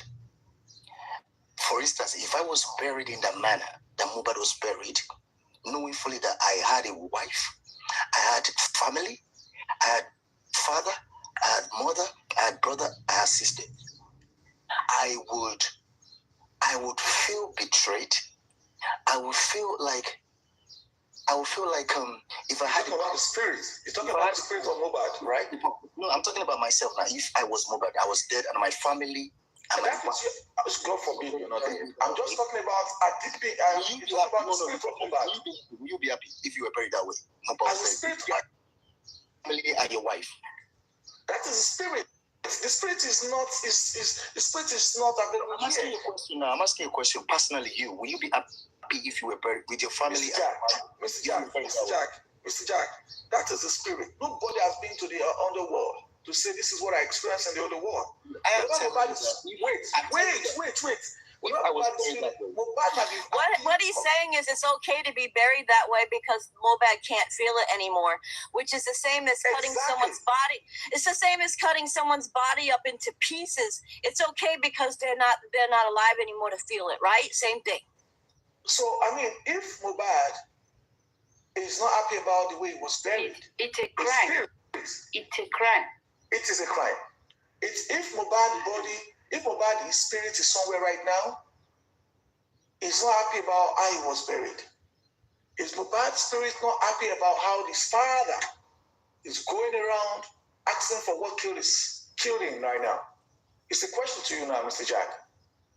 Do you think if Mohbad was not happy how Darusha Adura present the way he was buried, the way he was put in the casket?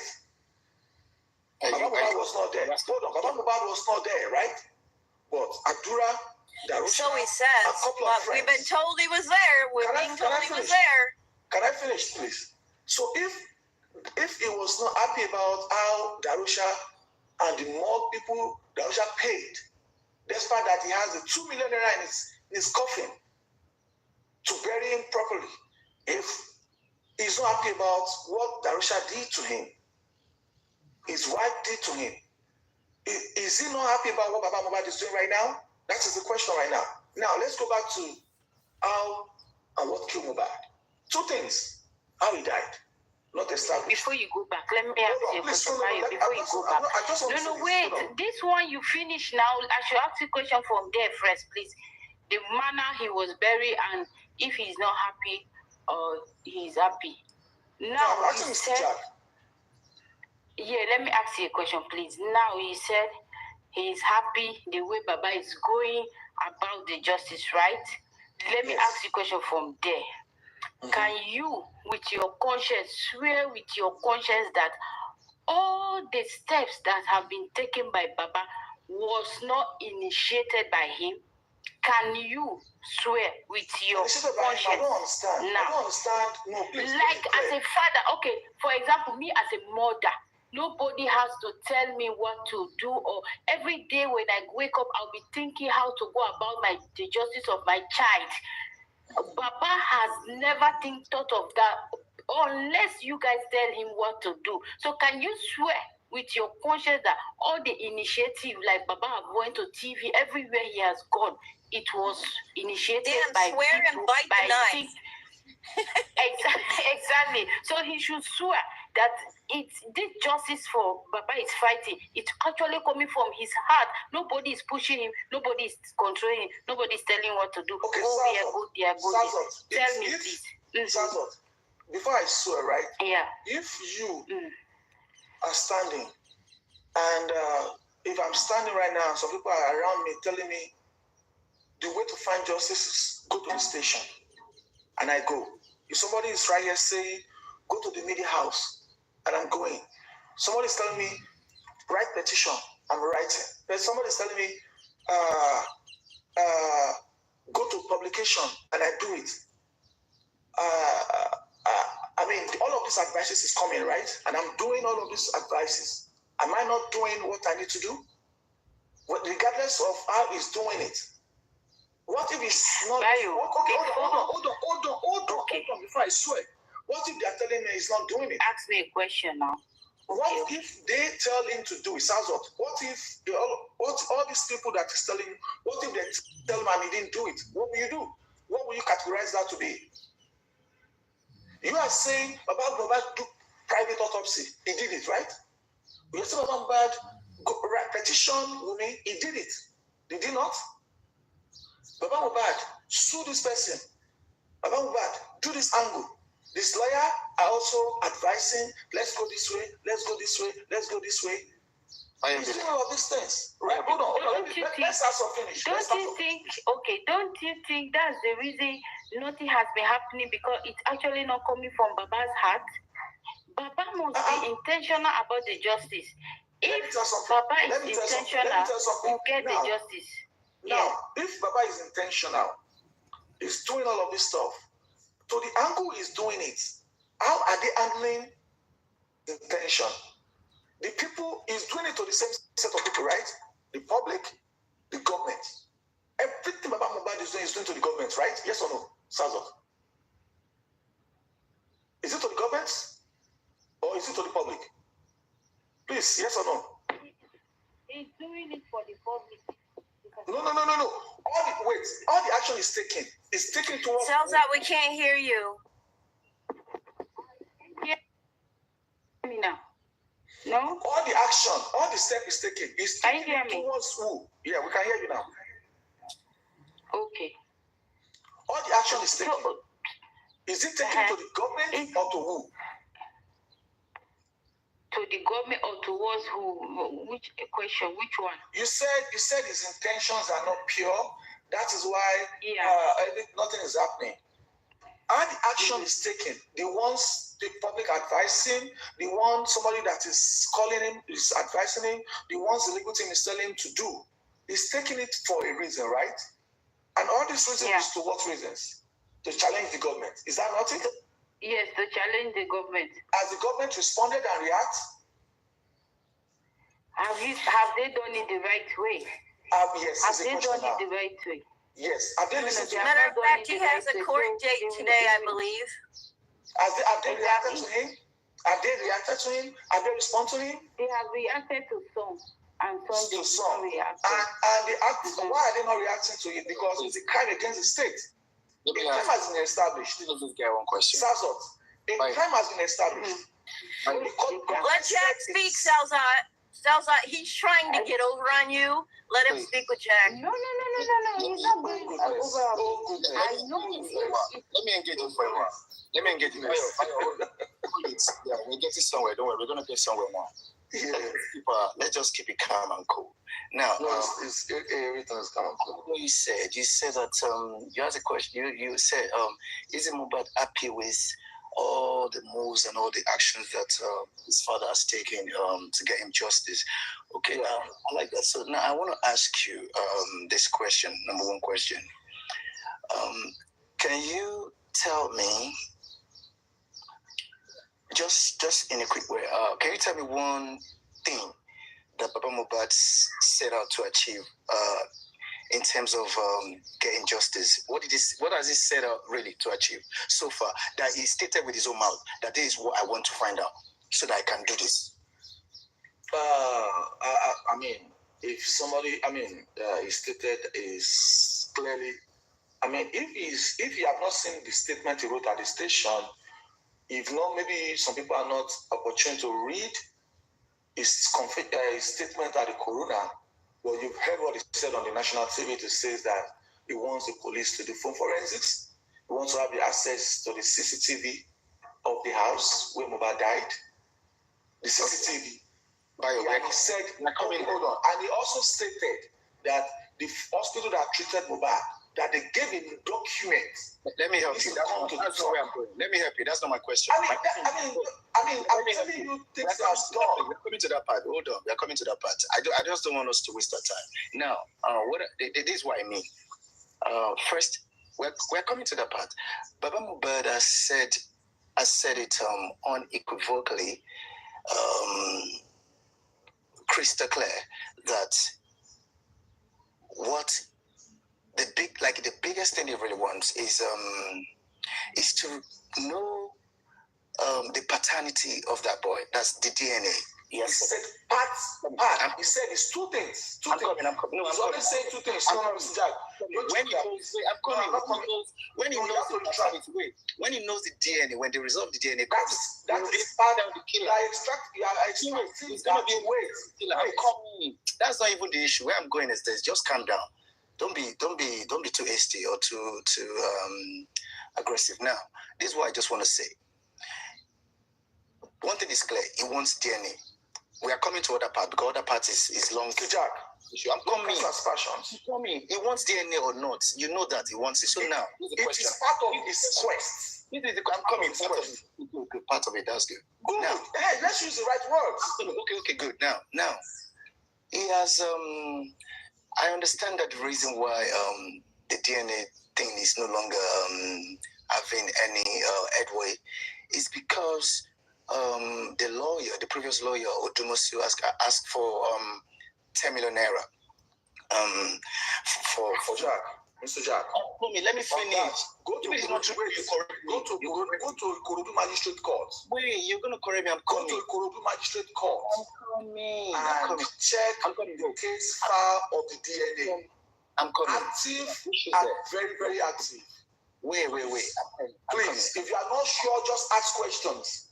Okay, I'm coming. Now, okay. Stop coming. You keep coming. Okay, will you let me talk? You see this thing better than going. I can do it as well, but I have pledged never to go that route with anybody because it's not worth it to be trying to shut people down or trying to be aggressive. No, there's no aggression. Sorry about that. No, let's be calm. Let's keep it like gentlemen. So now, look, the point I'm trying to make is this. Baba Mohbad wants DNA. Now, he went to court. He took a woman to court to get this, or he went to court to get this DNA. So they're already in court now. Let's say they are in court now. I would have naturally thought that if I take somebody to court in order for me to be given a right to do something, or judgment to go ahead and do something, or get something done, knowing that I have that right, I would rather stay in that court for the court to actually give me what I want unconditionally, because the court is going to give it to you unconditionally for as long as you merit it, for as long as it is within your right. Why would I now opt for the option of going out of the court for amicable settlement when I know that settlement will come with conditions?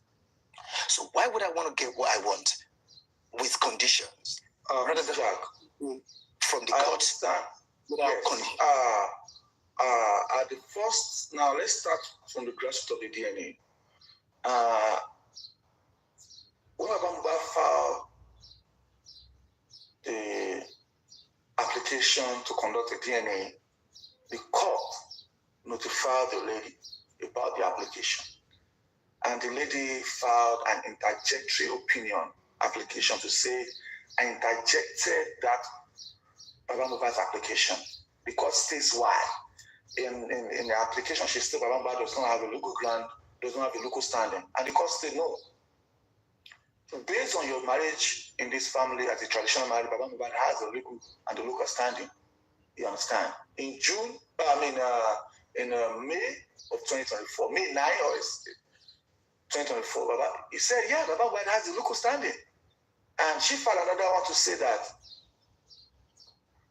she has gone through a lot, Baba Mohbad, and she presented about 12 videos of me, you, Papariano, everybody, Gracie, stating, oh, there is a month, this and that. And the court says, no. If you are presenting this video, these videos are detrimental to the future of this child. You understand? These videos are detrimental to the future of this child. What can do is either you settle amicably in a alternative resolution, and they give them the alternative. The court ordered that alternative, and they gave them a date to return back. You understand? It is the court. It is a civil case. It is not criminal. The court gave them two different times. If you don't know, court gave them that order. So, Mr. Jack, hold on. If you understand that, why are you bringing it up? David, let me talk now. Now, after the conditions was not met, because Baba Mohbad does not want conditions that will tie his hand backward. Can you let me talk? He opted out. Now, hold on. Baba Mohbad went back to court. You made a point. Hold on. Let me finish. Baba Mohbad went back to court to say that alternative resolution was not agreed upon. Wait. Court does not impose ADR on anybody, on any party. The court will only make the party. It is a civil case. Wait, I know. That's why I'm telling you what I know. The court in a civil case will make the parties, the councils of the parties involved, understand that they have an option. There's an option open to them. There's an avenue that open to them. If you don't try that option, if only they will embrace it. If you do not try that option, you cannot go forward. Wait. If you do not try it, you cannot go forward. Wait. If either of the parties says, the girl stated that they want alternative resolution. Hold on. She picked a location. She picked the time. She picked a location. She picked the time. Hold on, Mr. Jack. Hold on. You're not part of this case. You're from the outside. I'm telling you, the girl picked location, pick address, the date. They went. Baba Mohbad was not happy. He left. He came back to court to say that we did it one time. They asked for second option, which is second trial. The girl keep asking for help from the court. It is because it is their right in the court. Baba Mohbad never asked for all these rights. His right is that he needs to do DNA. And the court has established his right. But the girl keep asking for help from the court because it is her right. Let's squash this. Am I right or wrong? Let's squash this. Let's try because am I right or wrong? Wait. It is within our right to do that. Exactly. Yeah. So why are we fighting this? Wait. I want. Let's leave this because this is going to be long. Now let's go to very important key point. Now. Let us agree on things. Let us agree on things, right? Let's talk to my father-in-law. Now, this is another time. Now, I want to ask you, Bayobilon, will you agree with me? No, I want to ask you. I want to put this to you.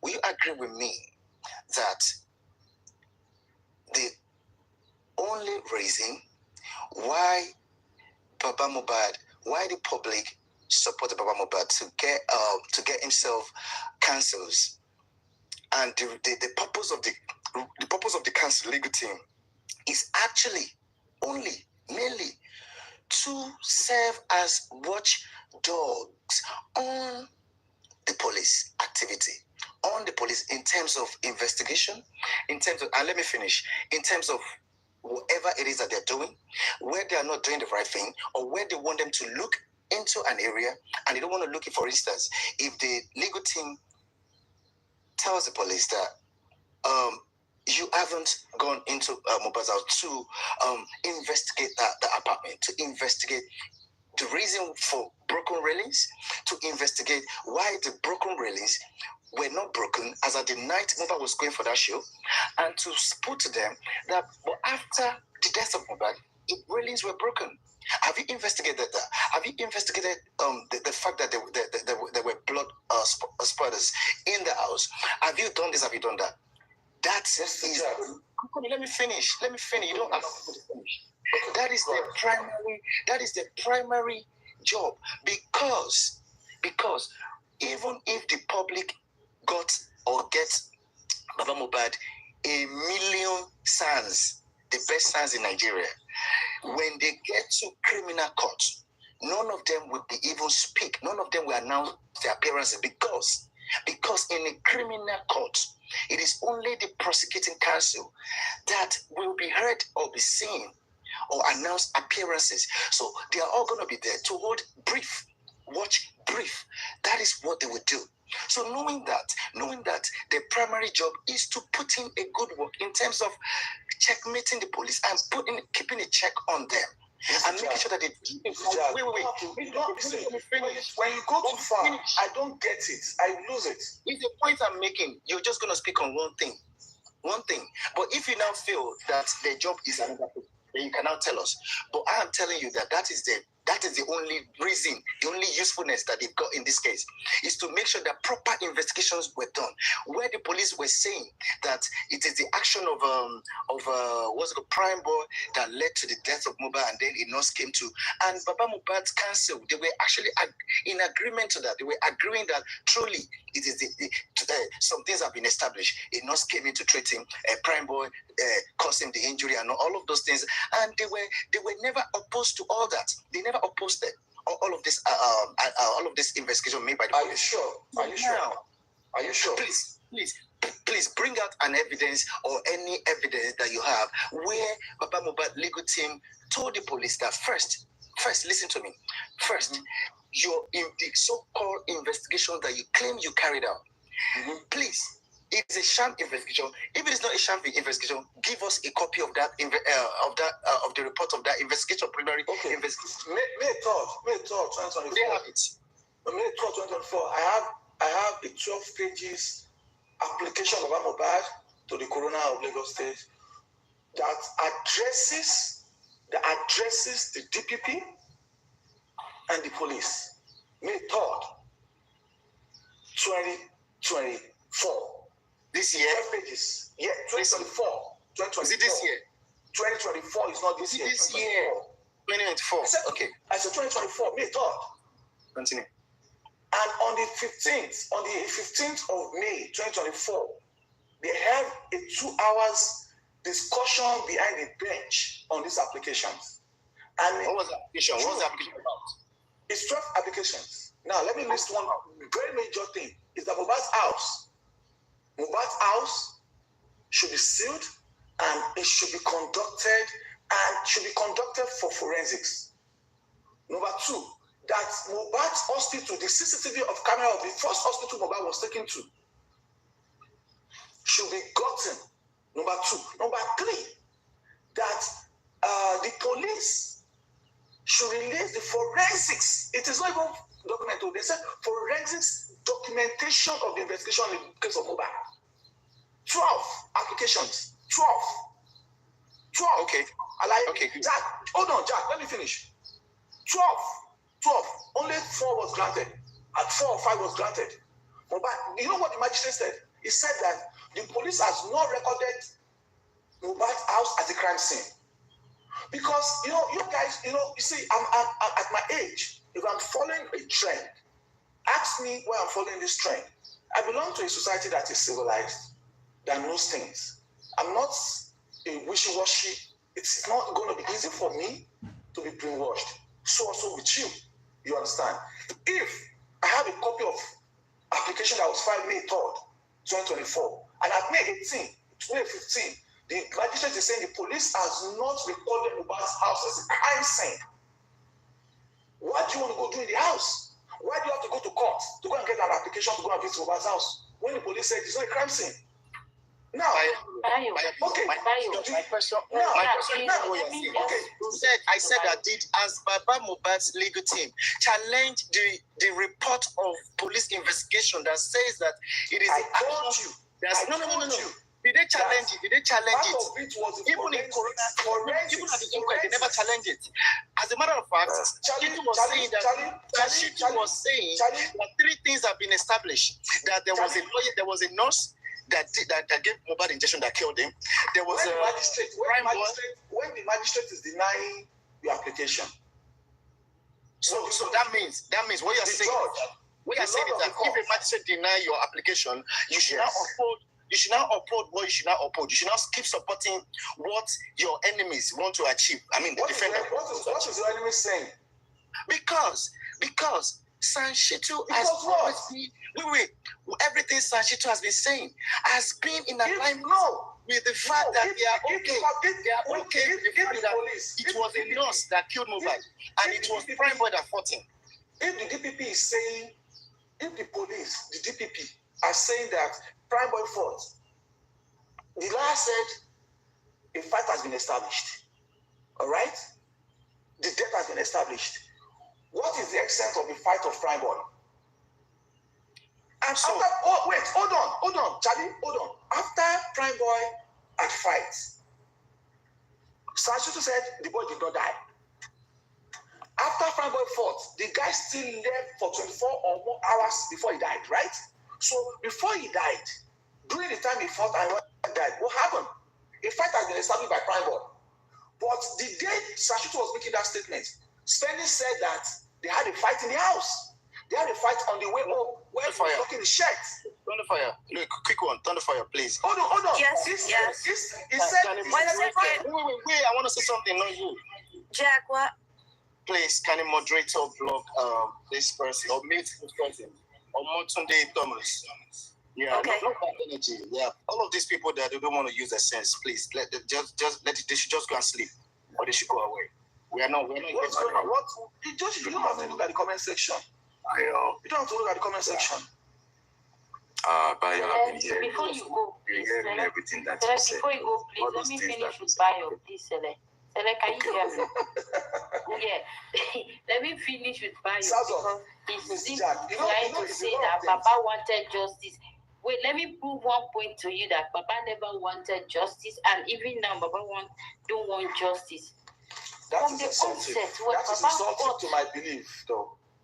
Yeah, it's with you. For me, insulting. I believe that Baba never wanted justice. Wait now. When Baba got to the house, I will not continue with you, Sazu. I'm sorry. I don't want to continue. Okay, but you can listen. Please, you can listen. When Baba got to that house that night, when they called him that his son is in the hospital, and later he knew that no, he has spied because they called him from the onset on his way that this is what has happened. As a father who really want justice, who really want to know what by their son, they will not get to that house. They will branch directly to the police. And he went there. He saw all what happens. They have covered him with swords, blah, blah, blah. He still decided to take him. Even wanted to take him home until the driver of the ambulance said, no, before I go with this body to Ikorodu, let's go first to the police station. He went to the police station. He sat in the car for 3 hours, and he went down after 1 hour. He went to the police station. He never reported a crime that I suspected this, I suspected that. They took the body. He went and buried the body. After 9 days, the government said, can you listen to my own? If you don't want to listen, then go. No, don't. Hey, It's a question and answer. It's not only for no, you. It's I'm for trying to everybody. narrate to That's you a why I personal. believe That's a. Papa will never wanted justice. Let her express herself, please. No, Mr. Jack. Yes. I mean, I know the platform. Knowing that they wanted to Anybody can. assume your Mr. song, Mr. listen, Jack. this Bayo video, this is not this the is platform that aspersion. you shut people up. Listen now, listen. I'm not shutting you up. I'm just saying that they are. Okay, then wait, let me finish. Let me finish now. Everybody. The failure of everybody. If you don't have time, go. Listen. After Baba heard that the government wanted to exhume his son for investigation, a father that wanted justice would have not go ahead and still cemented the body, the graveyard, because he knew that doing that would be difficult for them to remove the body. So, from the onset, Baba never cried for justice. It was because of the public. Even after seeing the neck of his son bent in that, the family never cried out. So, I'm sorry, Baba don't want justice. We should stop fooling ourselves here.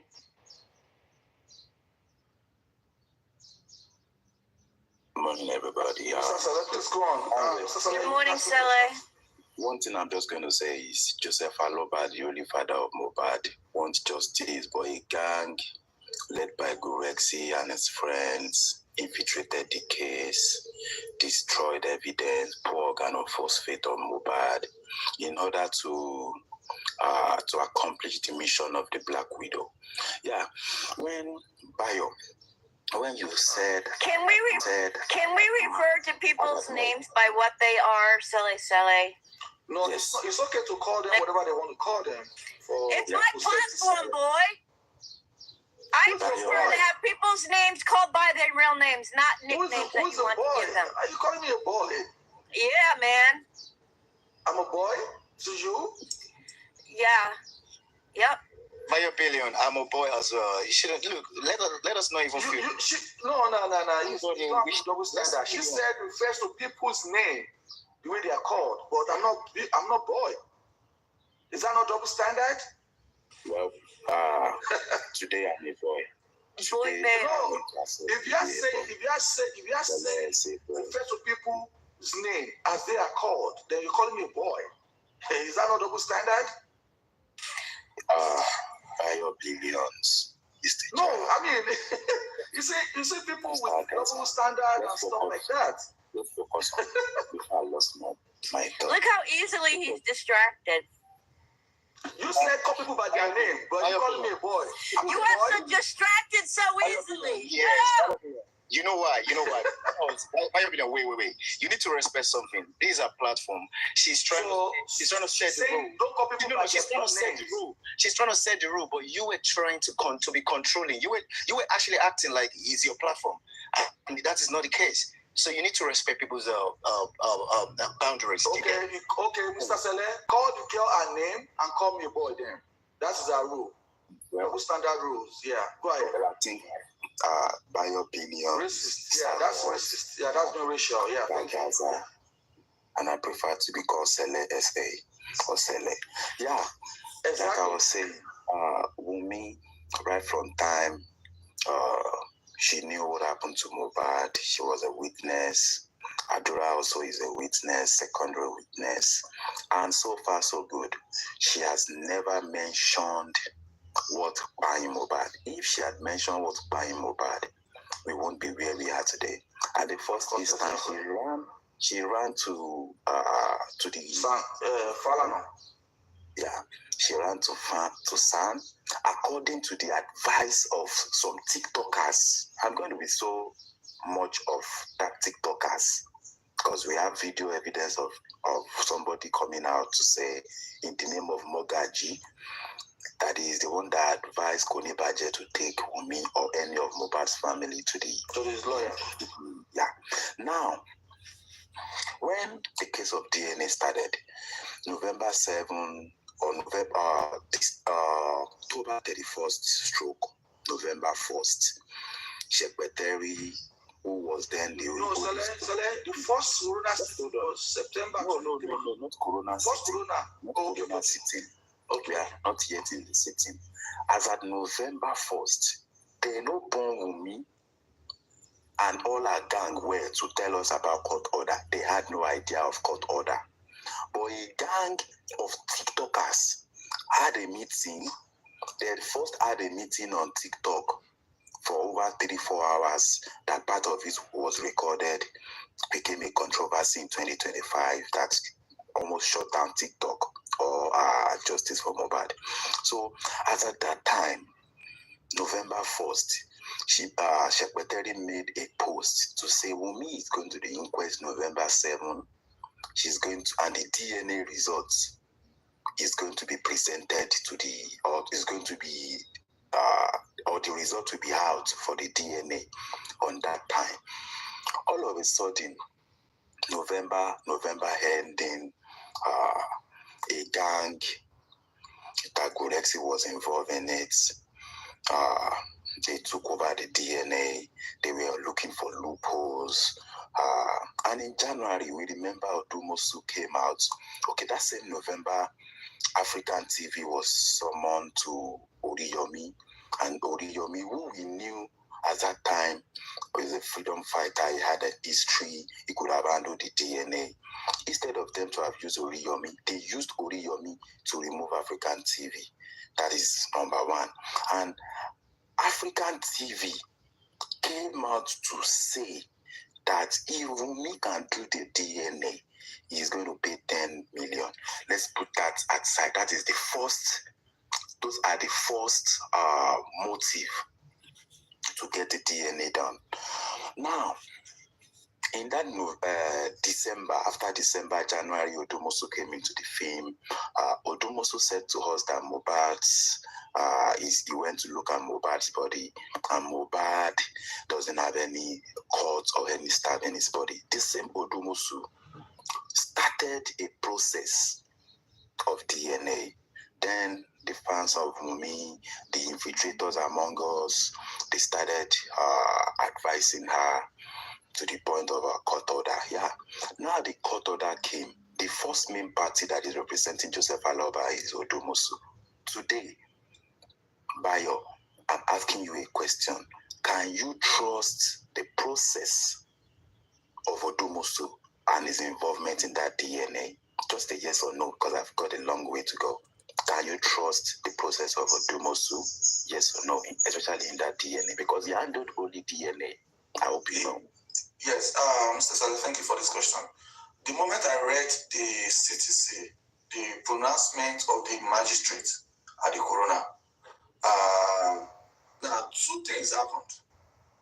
They were supposed to have the final hearing, and the judge has said that she's going to make a pronouncement on October 8th, 2024. So on October 9th, so the magistrate said, oh, she gave 2 days to say, oh, I'm not going to be available. I'm on official assignment in one of the states. I think Ondo State. And she will not be sitting to it. Hold on, please. Let me go. The wrong question. No. This is where I asked you a simple question. Saleh, you know why? Let me explain the basis of my not trusting. I'm in January 2024. Don't go to October 2024. Don't jump, please. You understand? I said to you, Odumosu joined he is the one that is handling the DNA. So far, so can you trust his motive in that DNA, all his actions in that DNA, with the way you are seeing things today? Can you trust his involvement? The moment I read, yes or no? No. All right. Now, okay, wait. You know why? Wait. No. With a reason.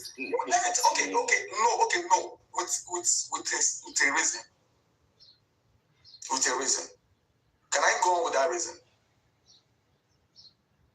Wait for me to actually, because maybe your reason is going to be part of what I want to say now. Okay, go on. This in January, we all know who Brekete is. Joseph Aloba found himself at Brekete, and he spoke to the Commissioner of Information Lagos. He first spoke to the police PRO that said to him that, okay, the case of Mohbad is no longer in the hands of the police. Police are not investigating. They don't have anything to say about it. Now, we went on Brekete spoke to the Commissioner of Information that said to the whole world in that, you can always look it up on YouTube, it's there. He said the government wants the same thing as Joseph Aloba. And what are those things that Joseph Aloba wanted? He said he wants to know the paternity of his grandson, especially to protect him from the whole world. The Lagos State also wanted that, to know the paternity. The Commissioner of Information said the state wants the scientific evidence to be done, which is autopsy and toxicology, and phone forensic, and to turn the house of Mohbad to a crime scene. Now, I'm going to divide this into two. You talked about May 7 or May something, that Baba Mohbad made some... May 3rd. Yeah, May 3rd, 2024. Now I'm jumping from January 2024 to May. In between that January and May, let me tell you the things that happened on TikTok. Gorexi came out Commissioner of Information said to them that they should wait for 10 weeks. Put that in your left hand. Now, I remember that Brekete said that I am a billionaire. Baba Mohbad don't look for money. Now, February, they kidnapped Baba away from Brekete, a neutral, United Nations recognized human rights body that could challenge anybody, including that small setting of magistrates. He has the contact to call that magistrate, that the magistrate is going to be shaking. Gorexi never reported to the incident of May, the prayers of May 7 or May 5 that failed to Brekete. I remember Gorexi coming out to the whole world to say, Wunmi, they don't know her address. They are looking for Wunmi on the street of Lekki. They went to the previous house, this and that. And I asked Gorexi a question, that Gorexi, why are you not involving Brekete? We are waiting for 10 weeks. Why are you not involving Brekete in this DNA matters? Because Brekete cannot call Wunmi out just for one day, and Wunmi will say she's not hearing. Brekete is loud and clear. She will provide her address. You understand? But Gorexi gave us a stupid excuse then that Brekete said they should do the civil, which is the DNA, and he's going to handle the criminal. Now, this is where I'm going to. After we understand that the states, Lagos State, want justice for Mohbad, because when you say you want justice for somebody, you want to find out something. You understand? And whosoever is found culpable will be charged. Now, Gorexi and his gang, as at March 20, we could hear him slapping Baba Mohbad. Now, to your own date of May, okay, in April, they came out with the idea of Baba Mohbad needs a son, he needs this, he go fraud me, 50,000, asset bank, this and that. Brekete is not dead at that time. We were still waiting for 10 weeks at that time. But Gorexi and gang, including Odumosu, who they were all at peace at that time, sharing money, they never went to Brekete, but they continue to lie on TikTok that Brekete is waiting for 10 weeks, they cannot this, they cannot that. Now, as at that your May, the prayers of Baba Mohbad, you said he made 11 prayers to the magistrates. Are you telling me that any 12 prayers? Very good. Yes. Yeah. Now, out of those 12 prayers, do you know that the magistrate have no right to stop any of those? And I want to ask you, in that prayers, is autopsy, doing a private autopsy, and toxicology, are they included in that prayers? I want that yes or no too. Yes. All right. All right. Granted that. Now, That was, yeah, she granted that. Now, my question is, when they denied Baba Mohbad those prayers, where or what was Gorexi and gang, what were they doing? Because I remember when part of that prayers, the autopsy and the toxicology, where or the prayer was answered, they took the news in June, July to Brekete to say, give us money. Why is it that it is only money that these gangs of TikTokers and Odumosu and whatsoever they have used their whatsoever thing to do? Why is it that they had the power and the effrontery to push Baba to go to Brekete in June, July, but the failed prayers of May, they never took it to Brekete to help them to make calls, to make sure that all these things that need to be done to get justice for Mohbad are done? But they could go to Brekete to ask for money for autopsy. They could go to Brekete to ask for money for toxicology. Are you telling me that people with those type of actions are looking for justice? Don't forget they are slapping Baba.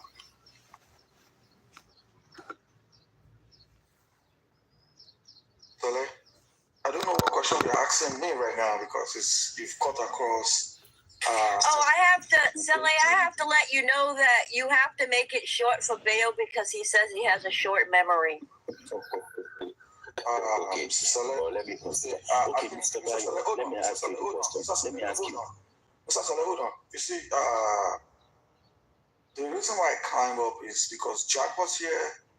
I listened a little bit and I said that the platform was conducive, not insultive, modest way. And if the host, Jack has already said that it's our platform, she can do the way she wants. Then these are the reasons why when we have the opportunity of going up to places, we don't go up to places. If I'm going to be insulted, then why should I be here? You spoke for about 10 minutes or 3 minutes or 4 minutes. I'm trying to respond to you. I'm sorry. I'm apologizing. Let us move on from that, please. Just move on from that.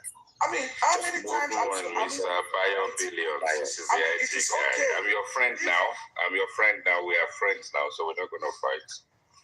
Very good morning to you. If I'm in a platform and I'm going to be insulted by the host himself or herself, if I should Bayo, calm down. then why am I here? Okay, you are protected by the IT guy. Yeah, so let's be friends. America is using iron drone. Okay, no worries. No worries. May I go just. Listen, he said it himself earlier when Jack was taking too long. He said it himself. All right, let's try something different. Bayo Billions, my friend, my old friend. I have a question for you. I have a question for you. Go ahead. Now we are friends because me, I'm making friends with everybody. No, it's not about friends, though. It's about facts. No, I'm actually even saying it. I'm just stating it up. Oh, sorry, I'm in the wrong place. I need to move away from where I am. Sorry. So the thing is, we are friends now, right? We've had issues in the past and up to no result. Okay, this is where we are. Do you know when this situation got to Brekete? I'll see you, Tommy. When the situation got to Brekete, at some point, we thought we were in the right place.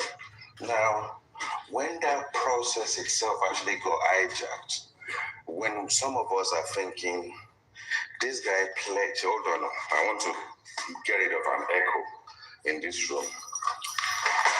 Okay. Let me finish it off. I'm sure I'm audible now. Again. So, when we got to Brekete at that point in time, we thought we got somewhere. And everything fizzled out. And because we are friends today, what sort of protection did you guys have in mind when you set up your critical thinkers for Mr. Joseph Aloba? Mr. IT guy, while the critical thinkers was set up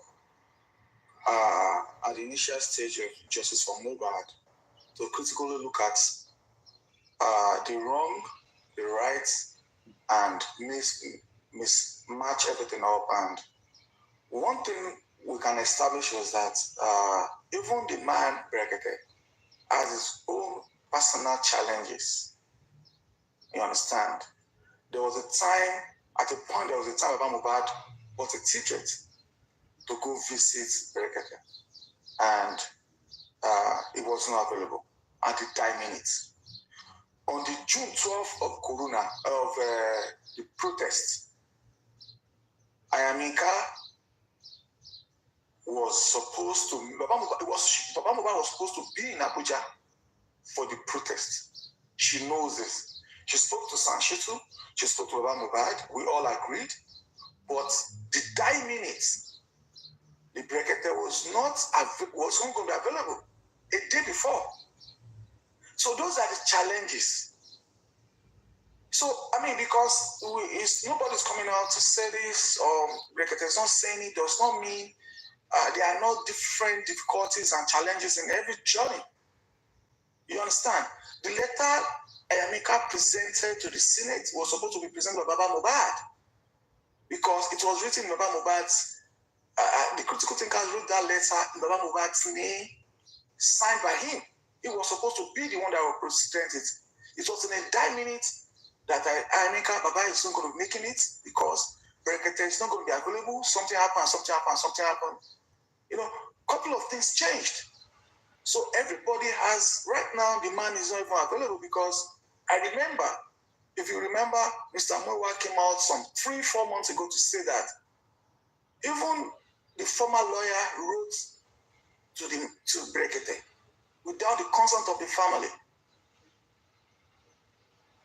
So the man received the letter through his PA, and his PA called Baba Mohbad to say, I received a letter in my office. You understand? So there are difficulties, there are challenges in every job. That letter was to request for money, not justice. Wait. I'm just telling you, wait. Hold on. Let him speak, please. Hold on. I'm just for the IT guy, you didn't allow him to answer my question. Why would you ask me? Just let me. Okay, Sele, what we need to do. I'm also using my brain, my mind, to take notes as this guy is speaking. I have questions I'm going to ask him. I'm not even writing anything down. But what we have here is a platform. If you want the platform to be about you, then you should go and open your own platform. No disrespect to the host. I host too. But when something is key, and we've got up to a point where we have to be honest with ourselves, and we're going to learn a lot from what this man is saying to us. Why interject him when nobody interjected you for? You've taken over the show since the inception, since it started now. So we can all take notes and ask questions later. By your billion, carry on, my brother. Like you said, Mr. IT guy, let's just do it in a friendly manner. So, like I said, even in the journey, Brekete has his own challenges. I've told you about 2 or 3 challenges we've had in this journey. Somebody writing on behalf of the family without the consent of the family, and the man saying he has health issues, which up till now, I can say is on the record, he's still telling you he has health issues. He's not going to be able to, he cannot be present. It's not giving a definite time where it's going to be available. Why are we not looking at those angles? Why are we looking at the Bible is not going back to Brekete? You understand? You cannot just barge in. Baba, I'm coming, please, don't come now. I'm doing this, We should all consider those acts just as part of the rough road in the journey. You understand? So that's what I have to say about the Brekete situation. Now that you've landed, Yes. And you guys, so I was trying to establish something that when the Berekete situation was actually in motion, there are other groups also involved, and I will not want to believe that it will just be Berekete there all by himself. And I will establish that you guys are in tune, working alongside. Now, what exactly what can you tell us about Yinka's arrest? With Brexit being on the ground, with Mr. Muiwa, who's got the power of attorney in America, and you guys being critical thinkers, being part of the process, how did it actually happen that you guys did not intervene for the arrest to have happened? Okay, when the idea came, honestly, she brought the idea. Let the female, let's have a challenge. Let the female take this aspect of justice for Mohbad. I'm not going to say the reason, but one or two personal reasons was attached to that. No disrespect. This is not a time to disrespect. So she brought this idea to me. I took it to a friend of mine, a female. I took it to her. I said, let's do this. This person is ready to do this. I asked her, are you ready to do this? She gave me, in fact, she told me the reason why she has to do it, the benefit, and the challenges. So I said, since it's all female, I'm going to give you guidance, help. We spoke to a lawyer. Lawyer gave us, make sure you have a permission from the police. Make sure you have a permission from the DSS. This is Abuja. We wrote to the police. Police turned us dark. They say, the death of Mohbad did not happen in Abuja. Go and do your protest in Lagos. The DSS said, okay, submit your letter, we'll get back to you. When they called her to say, okay, come, let us talk about the process of this protest. She went with a lawyer. They told her, because we wanted to have it May 29. They said because of independence and Children's Day and stuff like that, it's going to be too much, but can you do it on so day for security reasons? Fine. We did all the posters, we did all the banner. We sent a copy of our letter to the Sanshitu. He gave us go ahead. He said, yeah, that's good. In fact, he even corrected some write-ups. Don't use this write-up, use this write-up. Kudos to me and the lady. And a lady I contacted to help her. Brilliant idea, somebody in the UK. Because of the financial contribution this lady ran. No. Yeah, they are only looking for money. They, trying to backbite, trying to say some bad words about Ayamika. Then I said, Ayamika, at this point, we need a budget. She gave me a budget of $750. What I could afford at the time, I gave. Then she reached out to 5 or 4 more people, making 7 of us. We did our best. We had enough money to do it. Then she said, let's do more. Let's make it big. Making it big is extra money. I don't want us to go back to people. So actually, I added more. Some other people added more. You understand? That's our contribution. Financial contribution, moral support. As we were planning that, we were also planning that Baba Mohbad is going to fly to be part of the protest, because Berekete is aware of that protest. In fact, the protest is going to be starting. We spoke to the DJ, the press people said, where are you going to convey? We're going to be conveying, even the DSS. They're going to convey. We gave 3 locations, Berekete, National Assembly, and the Senate was the 3 locations we gave to the DSS. Starting in front of Berekete to the National Assembly, to the Senate. You understand? So, Mohbad couldn't make it. In fact, she sent a message, is Mohbad in Abuja? Is he coming? I said, unfortunately, Mohbad is not going to be able to make it. So after, in fact, a friend of mine, just somebody said, On the day of the protest, he called me. He said, tell Ayamika to stop making that statement. He's a friend of mine, he's a friend of yours. He said, stop her to making that statement. And you know, for goodness, we've had almost 2 hours of prayer. Don't say this in your protest. Don't say this. Mention this, mention this, mention this. Present the letter. Don't say this and this. You know, he now called me.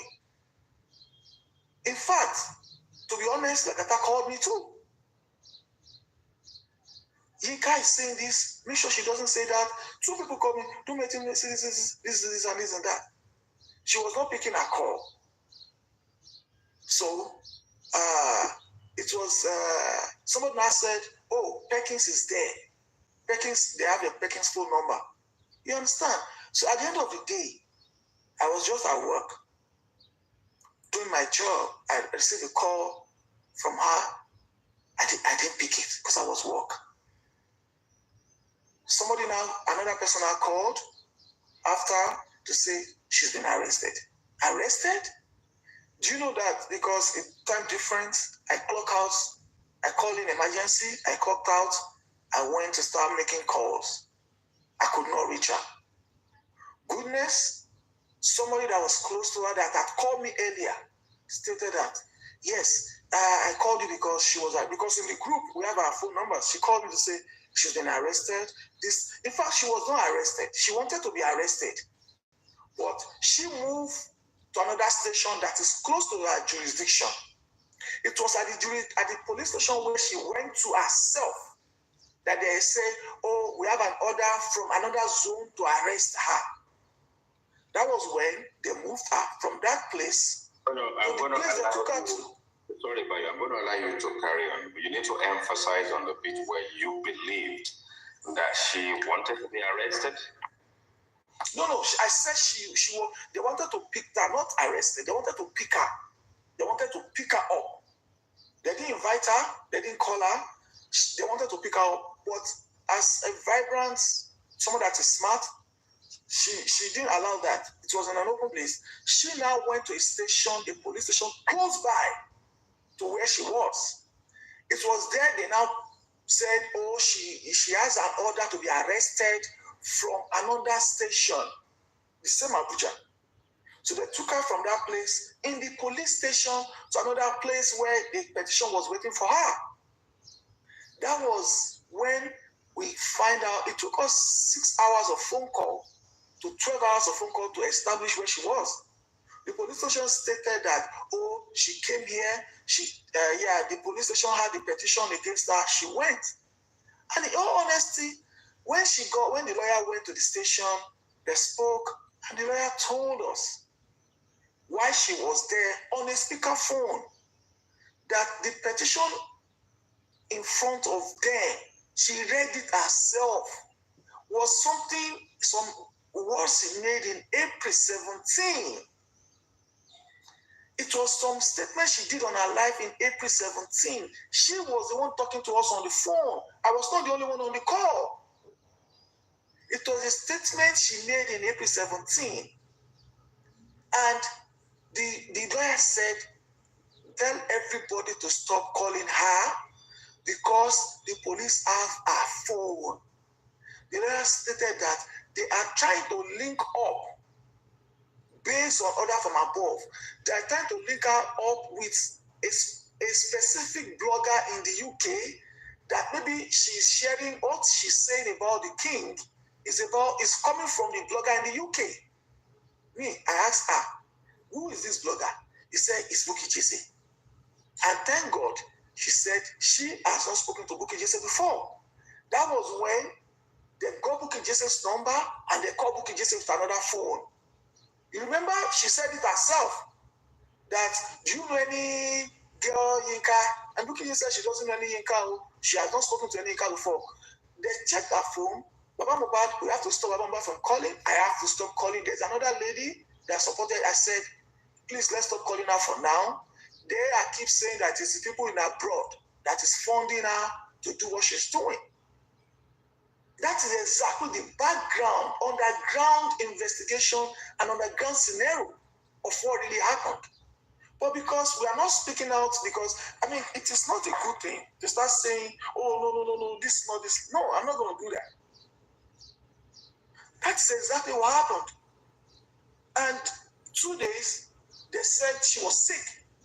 Oh, she has to go to the hospital. We gave this same lawyer money. We started talking to the husband and say, oh, it is about an hour drive from their region to where she was being held. So she was not kept in the cell. She was kept in a place because we gave money for that so that she can be safe and protected in that angle. The man was giving us updates. We were doing our best. Then she stated to us that it is because of what she said. The petition came from Lagos and it is ordered from above. The lawyer said, if you know any Yoruba AIG, there's an AIG, is a Yoruba man. If you know this man, he said it is because the man was speaking Yoruba. Through the man. He said, if you know this man, just go and beg this man because that is the only way. You understand? So the fact the husband heard all of this, and he said he went to Brekete. He took all the paperwork. He went to Brekete. Even Yinka's brother came all the way to Abuja to help in this matter. And all of this was done. We were following up. We were doing all our best.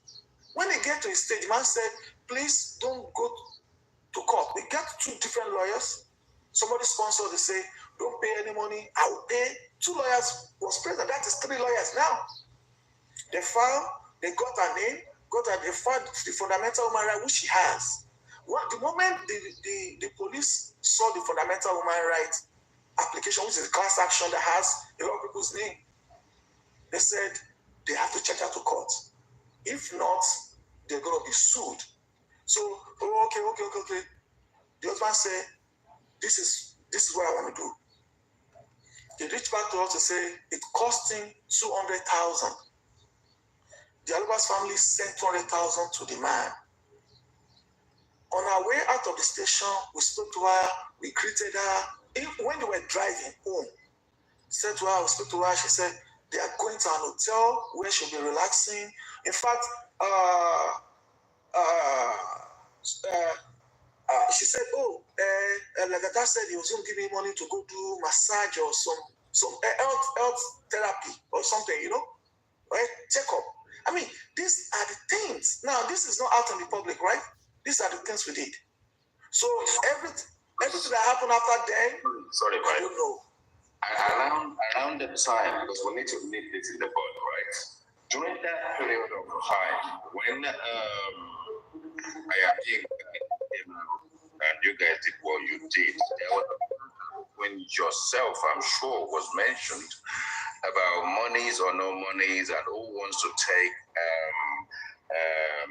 I don't know, the credence for how things went, and there was this fracas between back and forth. Was it between you and Ayami and Kade? What is that all about? I mean, if you check the story very well properly, I never went to any platform to respond about money until I was being labeled a snitch. I was one that orchestrated the arrest. I was one that gave our address out, and this and that. I never supported. I mean, you mean going back to say that you solely supported, you're the only one. I mean, the Nigeria said. She said that she's the only one that did the protest. Nobody sponsored her. She said she got all her money, all her savings and thrifts, her job to do the protest. And it is expedient that I give kudos and thanks to the 6 other people that supported. Now, during that time, we find out that she made a mistake. We found out that she reached out to some other people. So there was a chat she sent to the group that was not meant for the group. So there, I saw that chat. I looked at it like, what? This is not meant for us. What's going on? She deleted it. That chat listed other people's name. That means she got money from other people selling the same thing she sold to us to other people.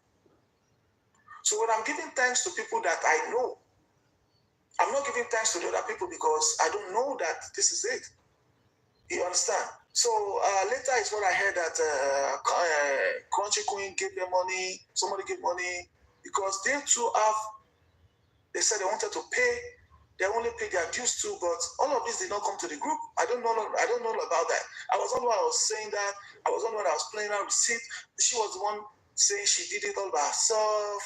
And at the end of the day, I was able to speak on a platform that did not accept me, said I was one that arrested her. Leaving out the fact that the petition was April 17, she was arrested June 14. So, I mean, if we want to leave that aspect, I really don't want to talk about the aspects. I mean,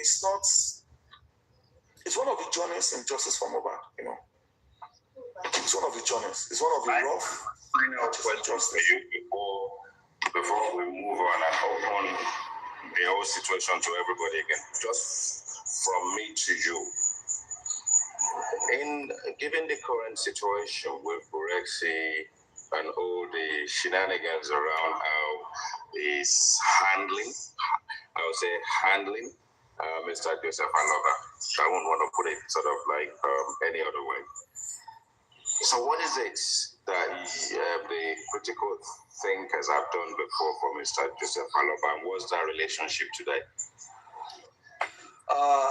Let me tell you one fact. The critical thinkers and the old critical thinkers,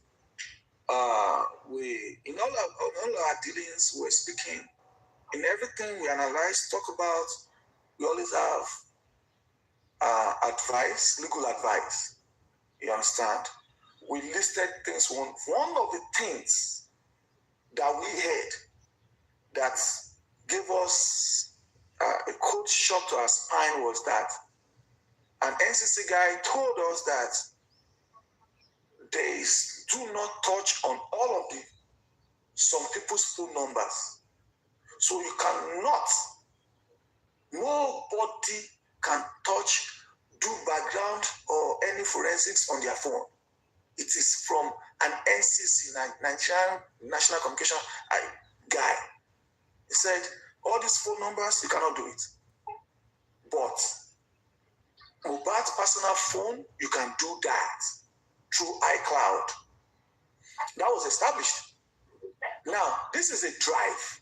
Why would the government say, do not touch this certain people's phone number when the government themselves did not touch the phone number? They didn't do the phone forensics. But why are they saying nobody should do it? The police cannot do it. Nobody can have access to it. Except to go through iCloud, which the government doesn't have right over. So right now, the critical thinkers is critically assessing, looking at everything from both angles. You understand? We sit down, we think about how to approach matters, the legal standing, the legal way, so that nobody gets in trouble. That is what matters. Nobody is going to be caught in a legal battle. Nobody's going to be caught in a situation where they say, because some aspersions are casted. And at the end of the day, you get in trouble for doing all of the stuffs. So whatever it is, just the way we used to do it, talk about it, we get a legal advice, whatever actions you need to take. I mean, it is not bad to go to a radio station, to go and speak about your concerns about the government. In August of last year, 2 petitions were written to the Nigerian police. In December of last year, the police responded. They responded to Baba Mohbad to say that, oh yes. In fact, they said that we received it, they stamped the date, they received the letter, but the correspondence was done in December, from August to December. To say, we received your petition about the Nigerian Lagos State Police Command, and they're going to look into it. And I know that is not secret, except nobody wants to talk about it. These are the initiatives of the new critical thinkers. Petition the police. The corona is not doing well. If there's any challenges, but as it is right now, the corona is doing this, what they need to do. Baba Mohbad is doing what he needs to do. Every angle of to poke every angle where Baba's constitutional rights needs to be activated. It's been activated. The only one that we are waiting for is the recommendation of the corona. If Baba is not satisfied with the recommendation of the corona law still says that it can request a fresh corona. It's still the law. That is the only angle he has not. That is the only angle he has not activated right now because the corona is not concluded. If any party of the corona is not satisfied with the recommendation of the corona law of the state, they still have the right to request for fresh corona. So let's sit down and tighten ourselves the odds. We don't even know what tomorrow is going to say. So, I mean, all of this we have explored, we've talked about it, we are putting it in place. That is why people are saying the man is not talking, the man is not giving update. There's no update to give. Whatever update he gives is being manipulated. Whatever update he wants to give is being shattered. So why giving the updates? I want to believe that. But the update is that DNA is in court. Okay, the critical thinkers would have had a mission. So what were the visions at the time? And are you guys still with Mr. Joseph Aloba today? Has something gone wrong? Or are you guys still where you are? Nothing has gone wrong. We're still the critical thinkers. We used to be 7, now we're 4. How close to you to Mr. Joseph Aloba today? We are not close. We are only close to the truth and the facts. Why not? I thought you guys were giving the public an impression that you more like a PA, some kind of communicologist, a kind of wagon. That you see, like I said, we don't have to like Mr. Aloba. We don't have to love him. We have to love the truth and the facts. So in all of our findings, in all our engagements, based on what the law has permitted him to do, he's doing it according to the law. He's doing it, and we emailed the Lagos State Commissioner of Police. They go back to us. We emailed the EFCC. They go back to us. We emailed Jude to say, oh, this narrative on your video you posted, it got back to us. And these are the things. And all of this reactions is giving us some ways. You understand? If you talk, you people say the police is listening to you. Yeah, I don't know. The way if you say police is listening to you, I don't know how you get that. But I can say that we spoke on the phone with the PPRO of Lagos State. We spoke in email, he responded to us. We're doing our thing the way we're supposed to do it according to law. We don't have to let Baba Mohbad. We are only saying that this what he's doing, Baba Mohbad, this is what you need to do if you're really looking for justice, and if he's doing it. Why am I going to hate him? If he's not doing it, then I will say no. You tell me one thing he needs to do that he has not done, then I will take it to my group. Tell me one thing that as a critical person, an IT guy that you are, one thing is not done that he needs to do, that he has not done, and leave that to me. Your engagement, the critical thinkers, and there is something that we ponder over, and we always kind of worry about why phone forensics was never done. But in that process, there are people's phones getting hacked. Of what involvement do you guys kind of partake in that, and what sort of advice did you give Mr. Muyiwa, who's got the power of attorney? If phone forensics is critical, why all this news about other people's phone being tapped illegally? You see, the issue of the phone forensics is the heading of the petition that was written to the police commissioner around August of last year. Was it even August? Yes, it was August. And it was done. Was the phone forensics, the CCTV, and the forensics documentation of the report of the police. They needed Sashitu and Paris Odumosu needed a copy of all those things. It will enable them. But the police did not respond until December. You understand? I mean, if the police is doing phone forensics, why is the police not doing the phone forensics? And the family is requesting. And you will see that the only thing, because the public is saying, why no phone forensics? I'm sure you know that, right? Why have they not done phone forensics? This man has said forensics of everybody at Mohbad. The forensics of Mohbad, everybody around Mohbad. If the man is championing it, he's writing petition, he's saying it in the public. The last press release, interview he did. Even the last time he said they got back to him through some people reach out to him, he said he needed the phone forensics and the CCTV of Mohbad. So those are angles of pressure. Why is the government not answering that call? Whether bad or good, whether useful or not, why are they not giving us? In our request, it was 13 members that was set up for the Mohbad investigation. 13 members, and two were legal representative of the same police that from the OC legal, they call them OC legal, 3. Then we have 4 from the forensics. And part of the forensics was phone technology forensics, and I don't know, this crime scene forensics. 4. How many phones happened? And 11 phones happened. Yeah. On the watch, the critical thinker. How many what? How many Never phones? did any. Illegal phone hackings happen under your watch, under the watch of the critical thinkers. We only did one. One action was taken. Only one action was taken for Mohbad's phone. iCloud. Yeah, that's the only one.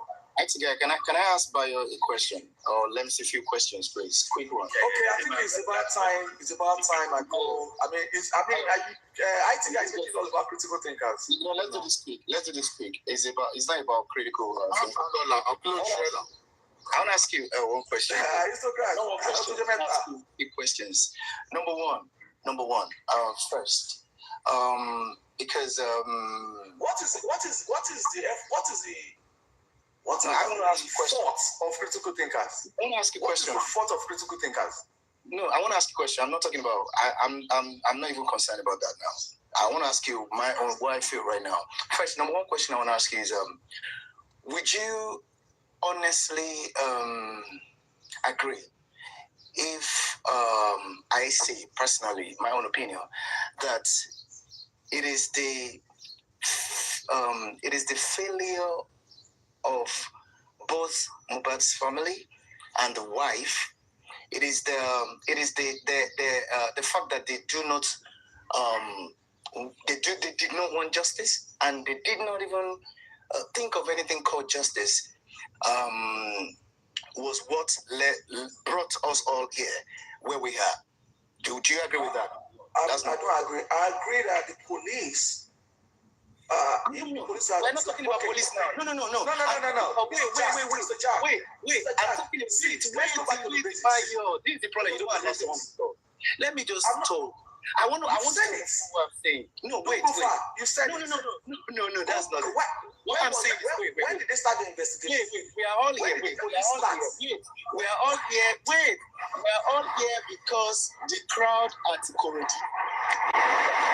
You keep going back to the crowd.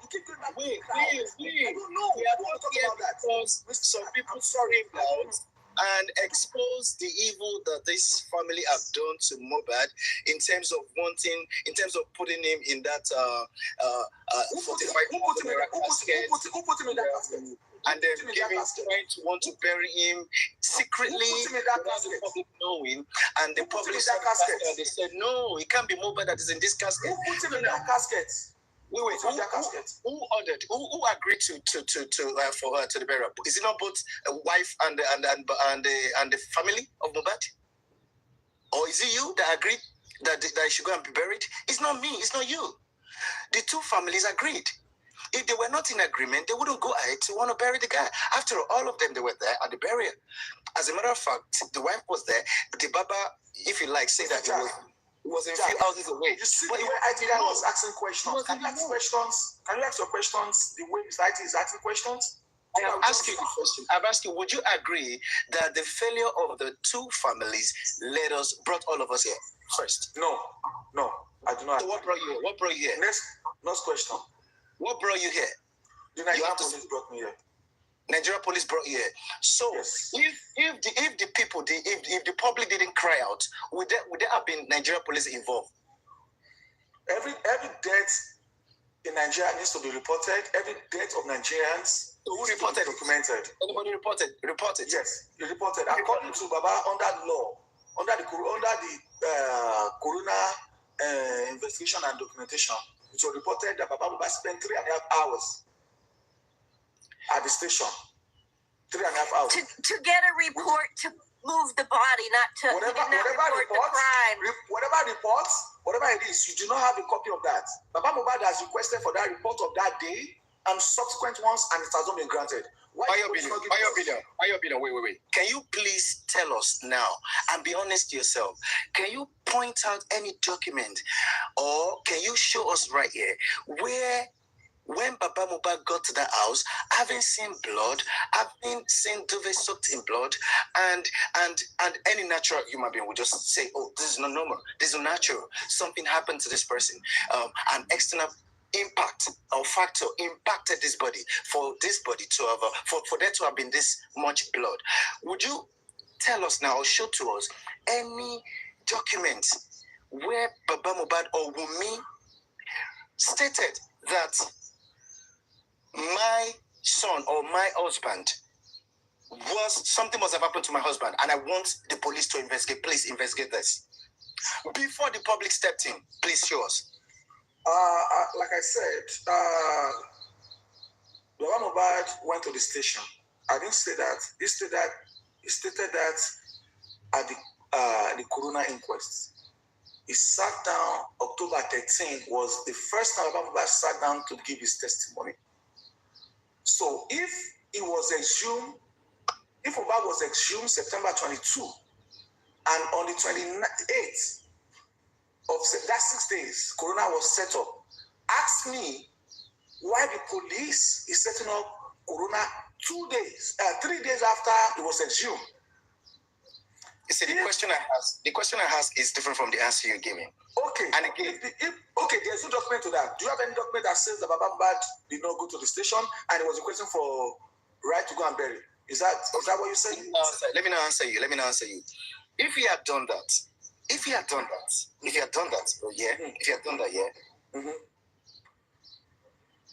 why do you think it will now be give me your answer? Why are you saying, why do I think? I'm telling you that what the man said under the law, under the Corona inquest. I know he didn't do it.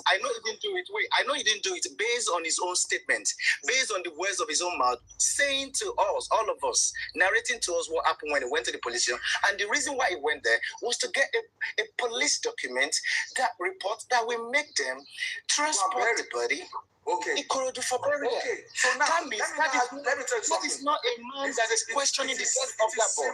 It is simple. And the wife too did not question the death of that boy. Look, when you are making a case, hold on. Don't forget. Mr. Jack, we're talking about both me and family here. Mr. Jack, we're not blaming one person alone. Mr. Jack, don't go far, all right? You don't believe. Your belief is that he went there to go and get paper to go and bury the boy. Right, fine. I don't believe that because he said it with his mouth. Why wouldn't you believe what he said with his mouth? Okay, a copy. There's a recording to that. But 3.5 hours on the Berekete show. He said it on Berekete as well. 3.5 hours at the station has not justified what I mean, like I said, the lawyers. It doesn't matter. You can go to a police station and sleep there. It doesn't matter. You can do a night vigil there. The truth. You can go to a police station to go and sleep with a dead body. What is your purpose for being there? Under the Police Act, is there limitation to investigation in the case of homicide or death? Why you're just deviating? You're not answering. When you come to the station and the police is not. I think I hold your question. No, it's just a quick question. Everybody will benefit. Why will a dead body go to the station? Police is not benefit from this one, aristocrat. Let me ask Bayo Billions a question. I think I'm intrigued. I really want to know, when was the critical thinkers established? I mean, I think it's enough about critical thinkers. No, I just want to know when you guys are. No, critical thinkers is not the cause of death. You know what I'm dragging at? What I'm dragging at? I want to see. Critical thinkers is not the cause of death. I want to know when you guys started really being involved as a group rather than as individuals. That's why I'm asking the question. I don't know. I cannot say because I remember that the critical thinkers that I had belonged to. It started around the time I was being bullied. My family was cursed, and I reacted, and that was when a new critical thinkers was born. So the old ones, I cannot say. I'm not proud to say I belong to that old one. But do you have dates so that we know exactly how to address it? I was bullied and I was cursed. My family was cursed by an individual. I think around August, October of last year. And I never said it until December 9th or 10th when I was pushed to say it. I never addressed it for 3 months before December. So I would say it's October. Yeah, I would say it's around October. That I was being bullied. My family was cursed. Yeah. So, I mean, the reason is that so that if we're looking at dates and we want to address you, we can address you as Bayo Billions. And if we need to address a group as critical thinkers, Mr. Is there any fault in finding critical thinkers since? No, I don't have anything against it at all. I think saying critical thinkers, critical criminals, and stuff like that. Why? Yes, I mean, can you tell me the reasons for that? If I call bossman, I have times I will call him boss rats. So I have times when I call critical thinkers. I mean, you have the reasons for calling such names. I'm not asking you why do you choose to call the critical thinkers the critical thinkers. I mean, you have the reasons for doing that. Now that we are friends again, it will now be critical. No. I mean, just tell me the reasons. I mean, if we don't, like I said, your romance or the reason you said a quick question. I think your quick question has gone to almost 4 minutes. Aristocrat. It's a quick question. I'm done.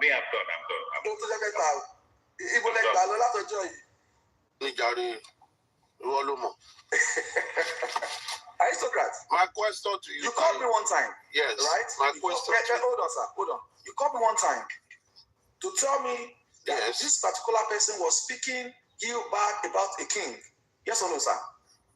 Yes. That was during the Ayamika thing. I told you now. You told me about it. I told you about it. I needed your help. Yes. Advice. I was looking for advice. And I said, it was. You gave me. That is all women. You also told me that some people were trying to hijack it. Yes. Well, because they were trying to buy it and all that. Yes. Komemose was reaching out to her. Yes. With money. That don't want to pay you 2 million. But all of this is something that I didn't. When you told me that, I think about that time you wanted to drop out, and I said you guys should hold your ground since it's something that was organic from you, and I think it transcended, happened like that. At the end of the day, we had discussion again. You said there were some other people that contributed that you don't even know, and I said it's okay. But you keep giving me that moral support, right? Carried out. Thank you. You keep giving me that moral support. Yes. I was shouting for advice. I don't need to come out to say what I do. We don't have to come out. If not, I think I reach out to talk about it today. Nobody would have known that aside talking on the public space, I was reaching out to you. I reached out to 2 lawyers on this matter.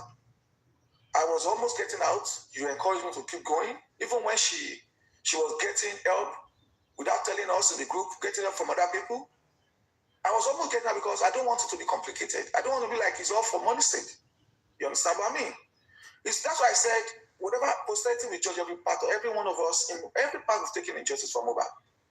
I put in my money, my time, I get advices from people that are more knowledgeable than me. What more do you want from me? If Itiga was around at that time with me, maybe I'll reach out to him too to give me moral advices and support. Maybe the chairman Otuba would have also helped in that area, you know. But I was able to speak to you. You gave me that moral support and advice, and nobody has ever heard about that until today. You called me one time to tell this lady to stop mentioning this man's name. Right. Let's move on. Now, my question is this. I have about 3 questions. Number 1, lately, because I need to get it from you, but from the way you talk, you are always in tune with the lawyer to Mr. Joseph Aloba and Joseph Aloba through you. And this latest news that we heard that the case has been moved from Lagos to the federal command, have you please confirm if it is true? We've worked, we've not gotten correspondence, we've reacted, no correspondence yet. So we've not gotten any feedback. So it's not confirmed yet. It's not confirmed. The Aloba family has not gotten any updates or any reaction in that. Okay. But we've worked in that direction. So which means, as it were, we should, until the Aloba family confirm, we assume the matter is still with Lagos State Command. I mean, that is the best way to address the matter. If the Aloba family, the most concerned families, have not said anything otherwise. Like today I was hearing on a platform that says that it is not Mohbad's case. I think it was on the Paparazzi platform that the guy said, the NGO guy said it's not Mohbad's case, it is his own case against the king. And I'm sure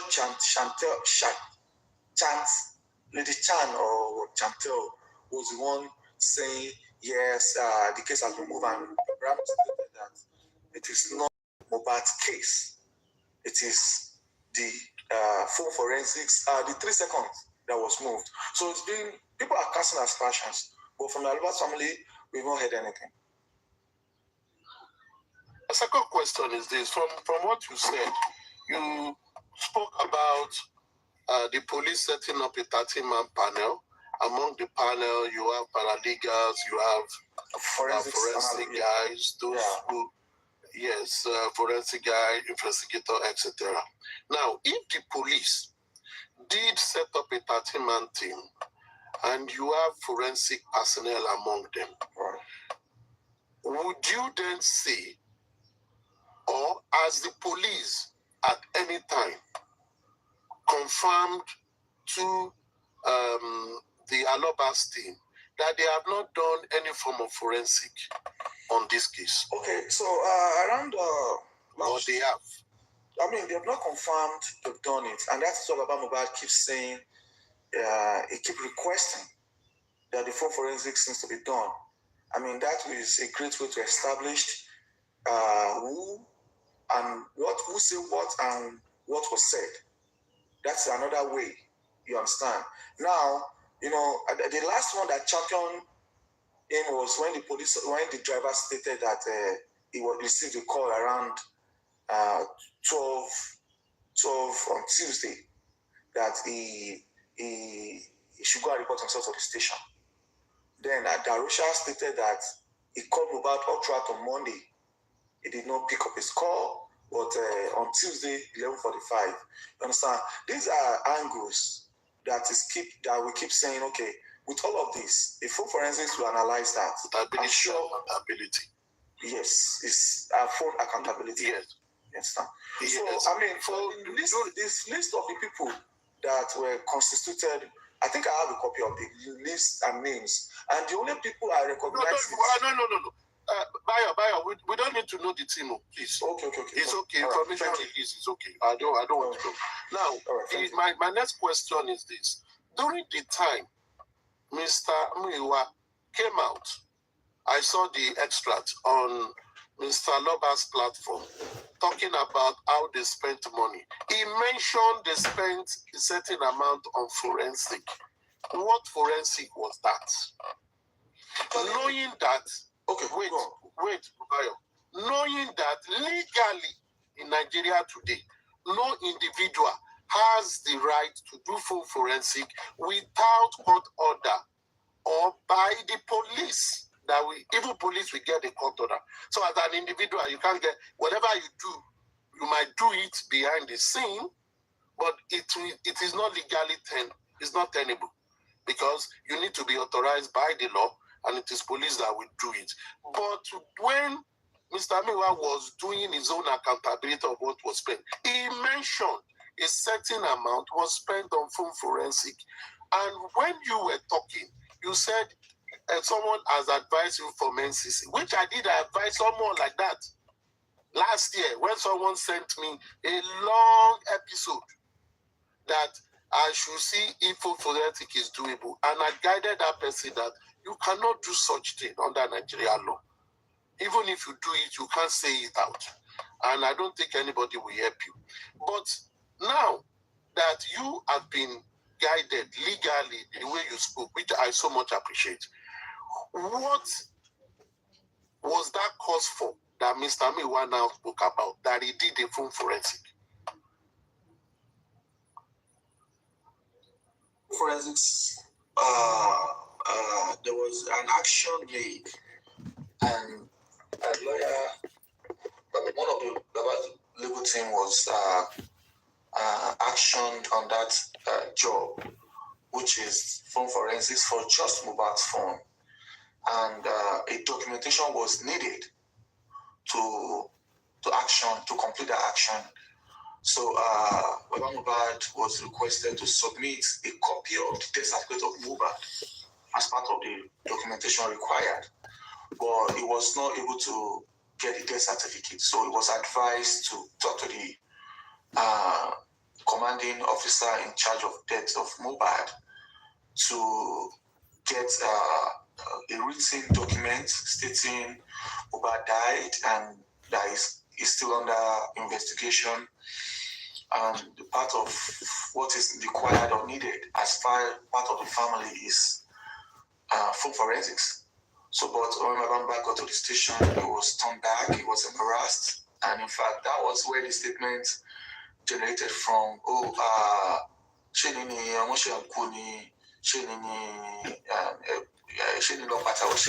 that is the day that statement generated from.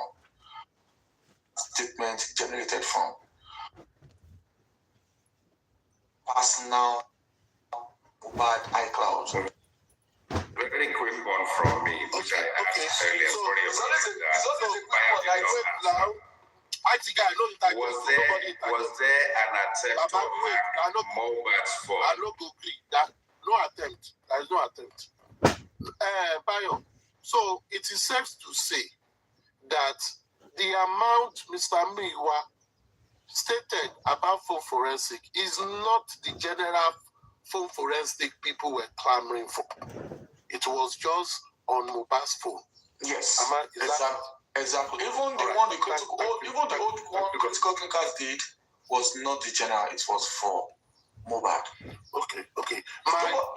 We never extended our search beyond Mohbad. We just wanted to know. Thank you very much. What the last time he used his phone, the last message he sent, who he sent it to, whatever this is on his phone, maybe they. But you were not successful at the end of it. Yeah, it was not successful. It wasn't successful at the end. In both angles, it was not. My last question. I believe you are aware of the current audio that is going around, released by Lagata, with regards to Mr. Aloba being touched, or being beaten, or being slapped, whichever nomenclature would be used by Mr. Guresi sometime last year. What is your opinion about it? And would you condemn that act? Or it is something that has been resolved in-house already? Okay, so the audio, in the quest to seek justice, Mr. Aloba Joseph has given a lot of people chances, opportunities to speak, to interact, and is listening to a couple of advices. And in that regard, people take that opportunity to record the recording about Mohbad started as early as December, because I know there was one I heard around that December of 2023. It became a norm for some people. Now, I want to ask this question. What is the reasons? What is the equations to record somebody you try to help? Number one. Number two, what is the audio saying exactly?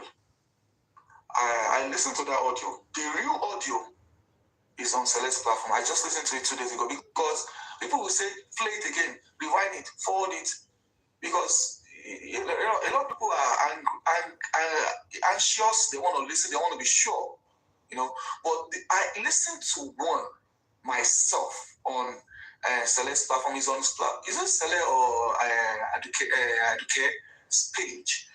You can go there and listen to it. It is different from what I'm hearing. And before I even listened to the audio, we did our findings. Nothing of such happened. And if 2 or 3 people are saying nothing of such happened, I should believe them against somebody.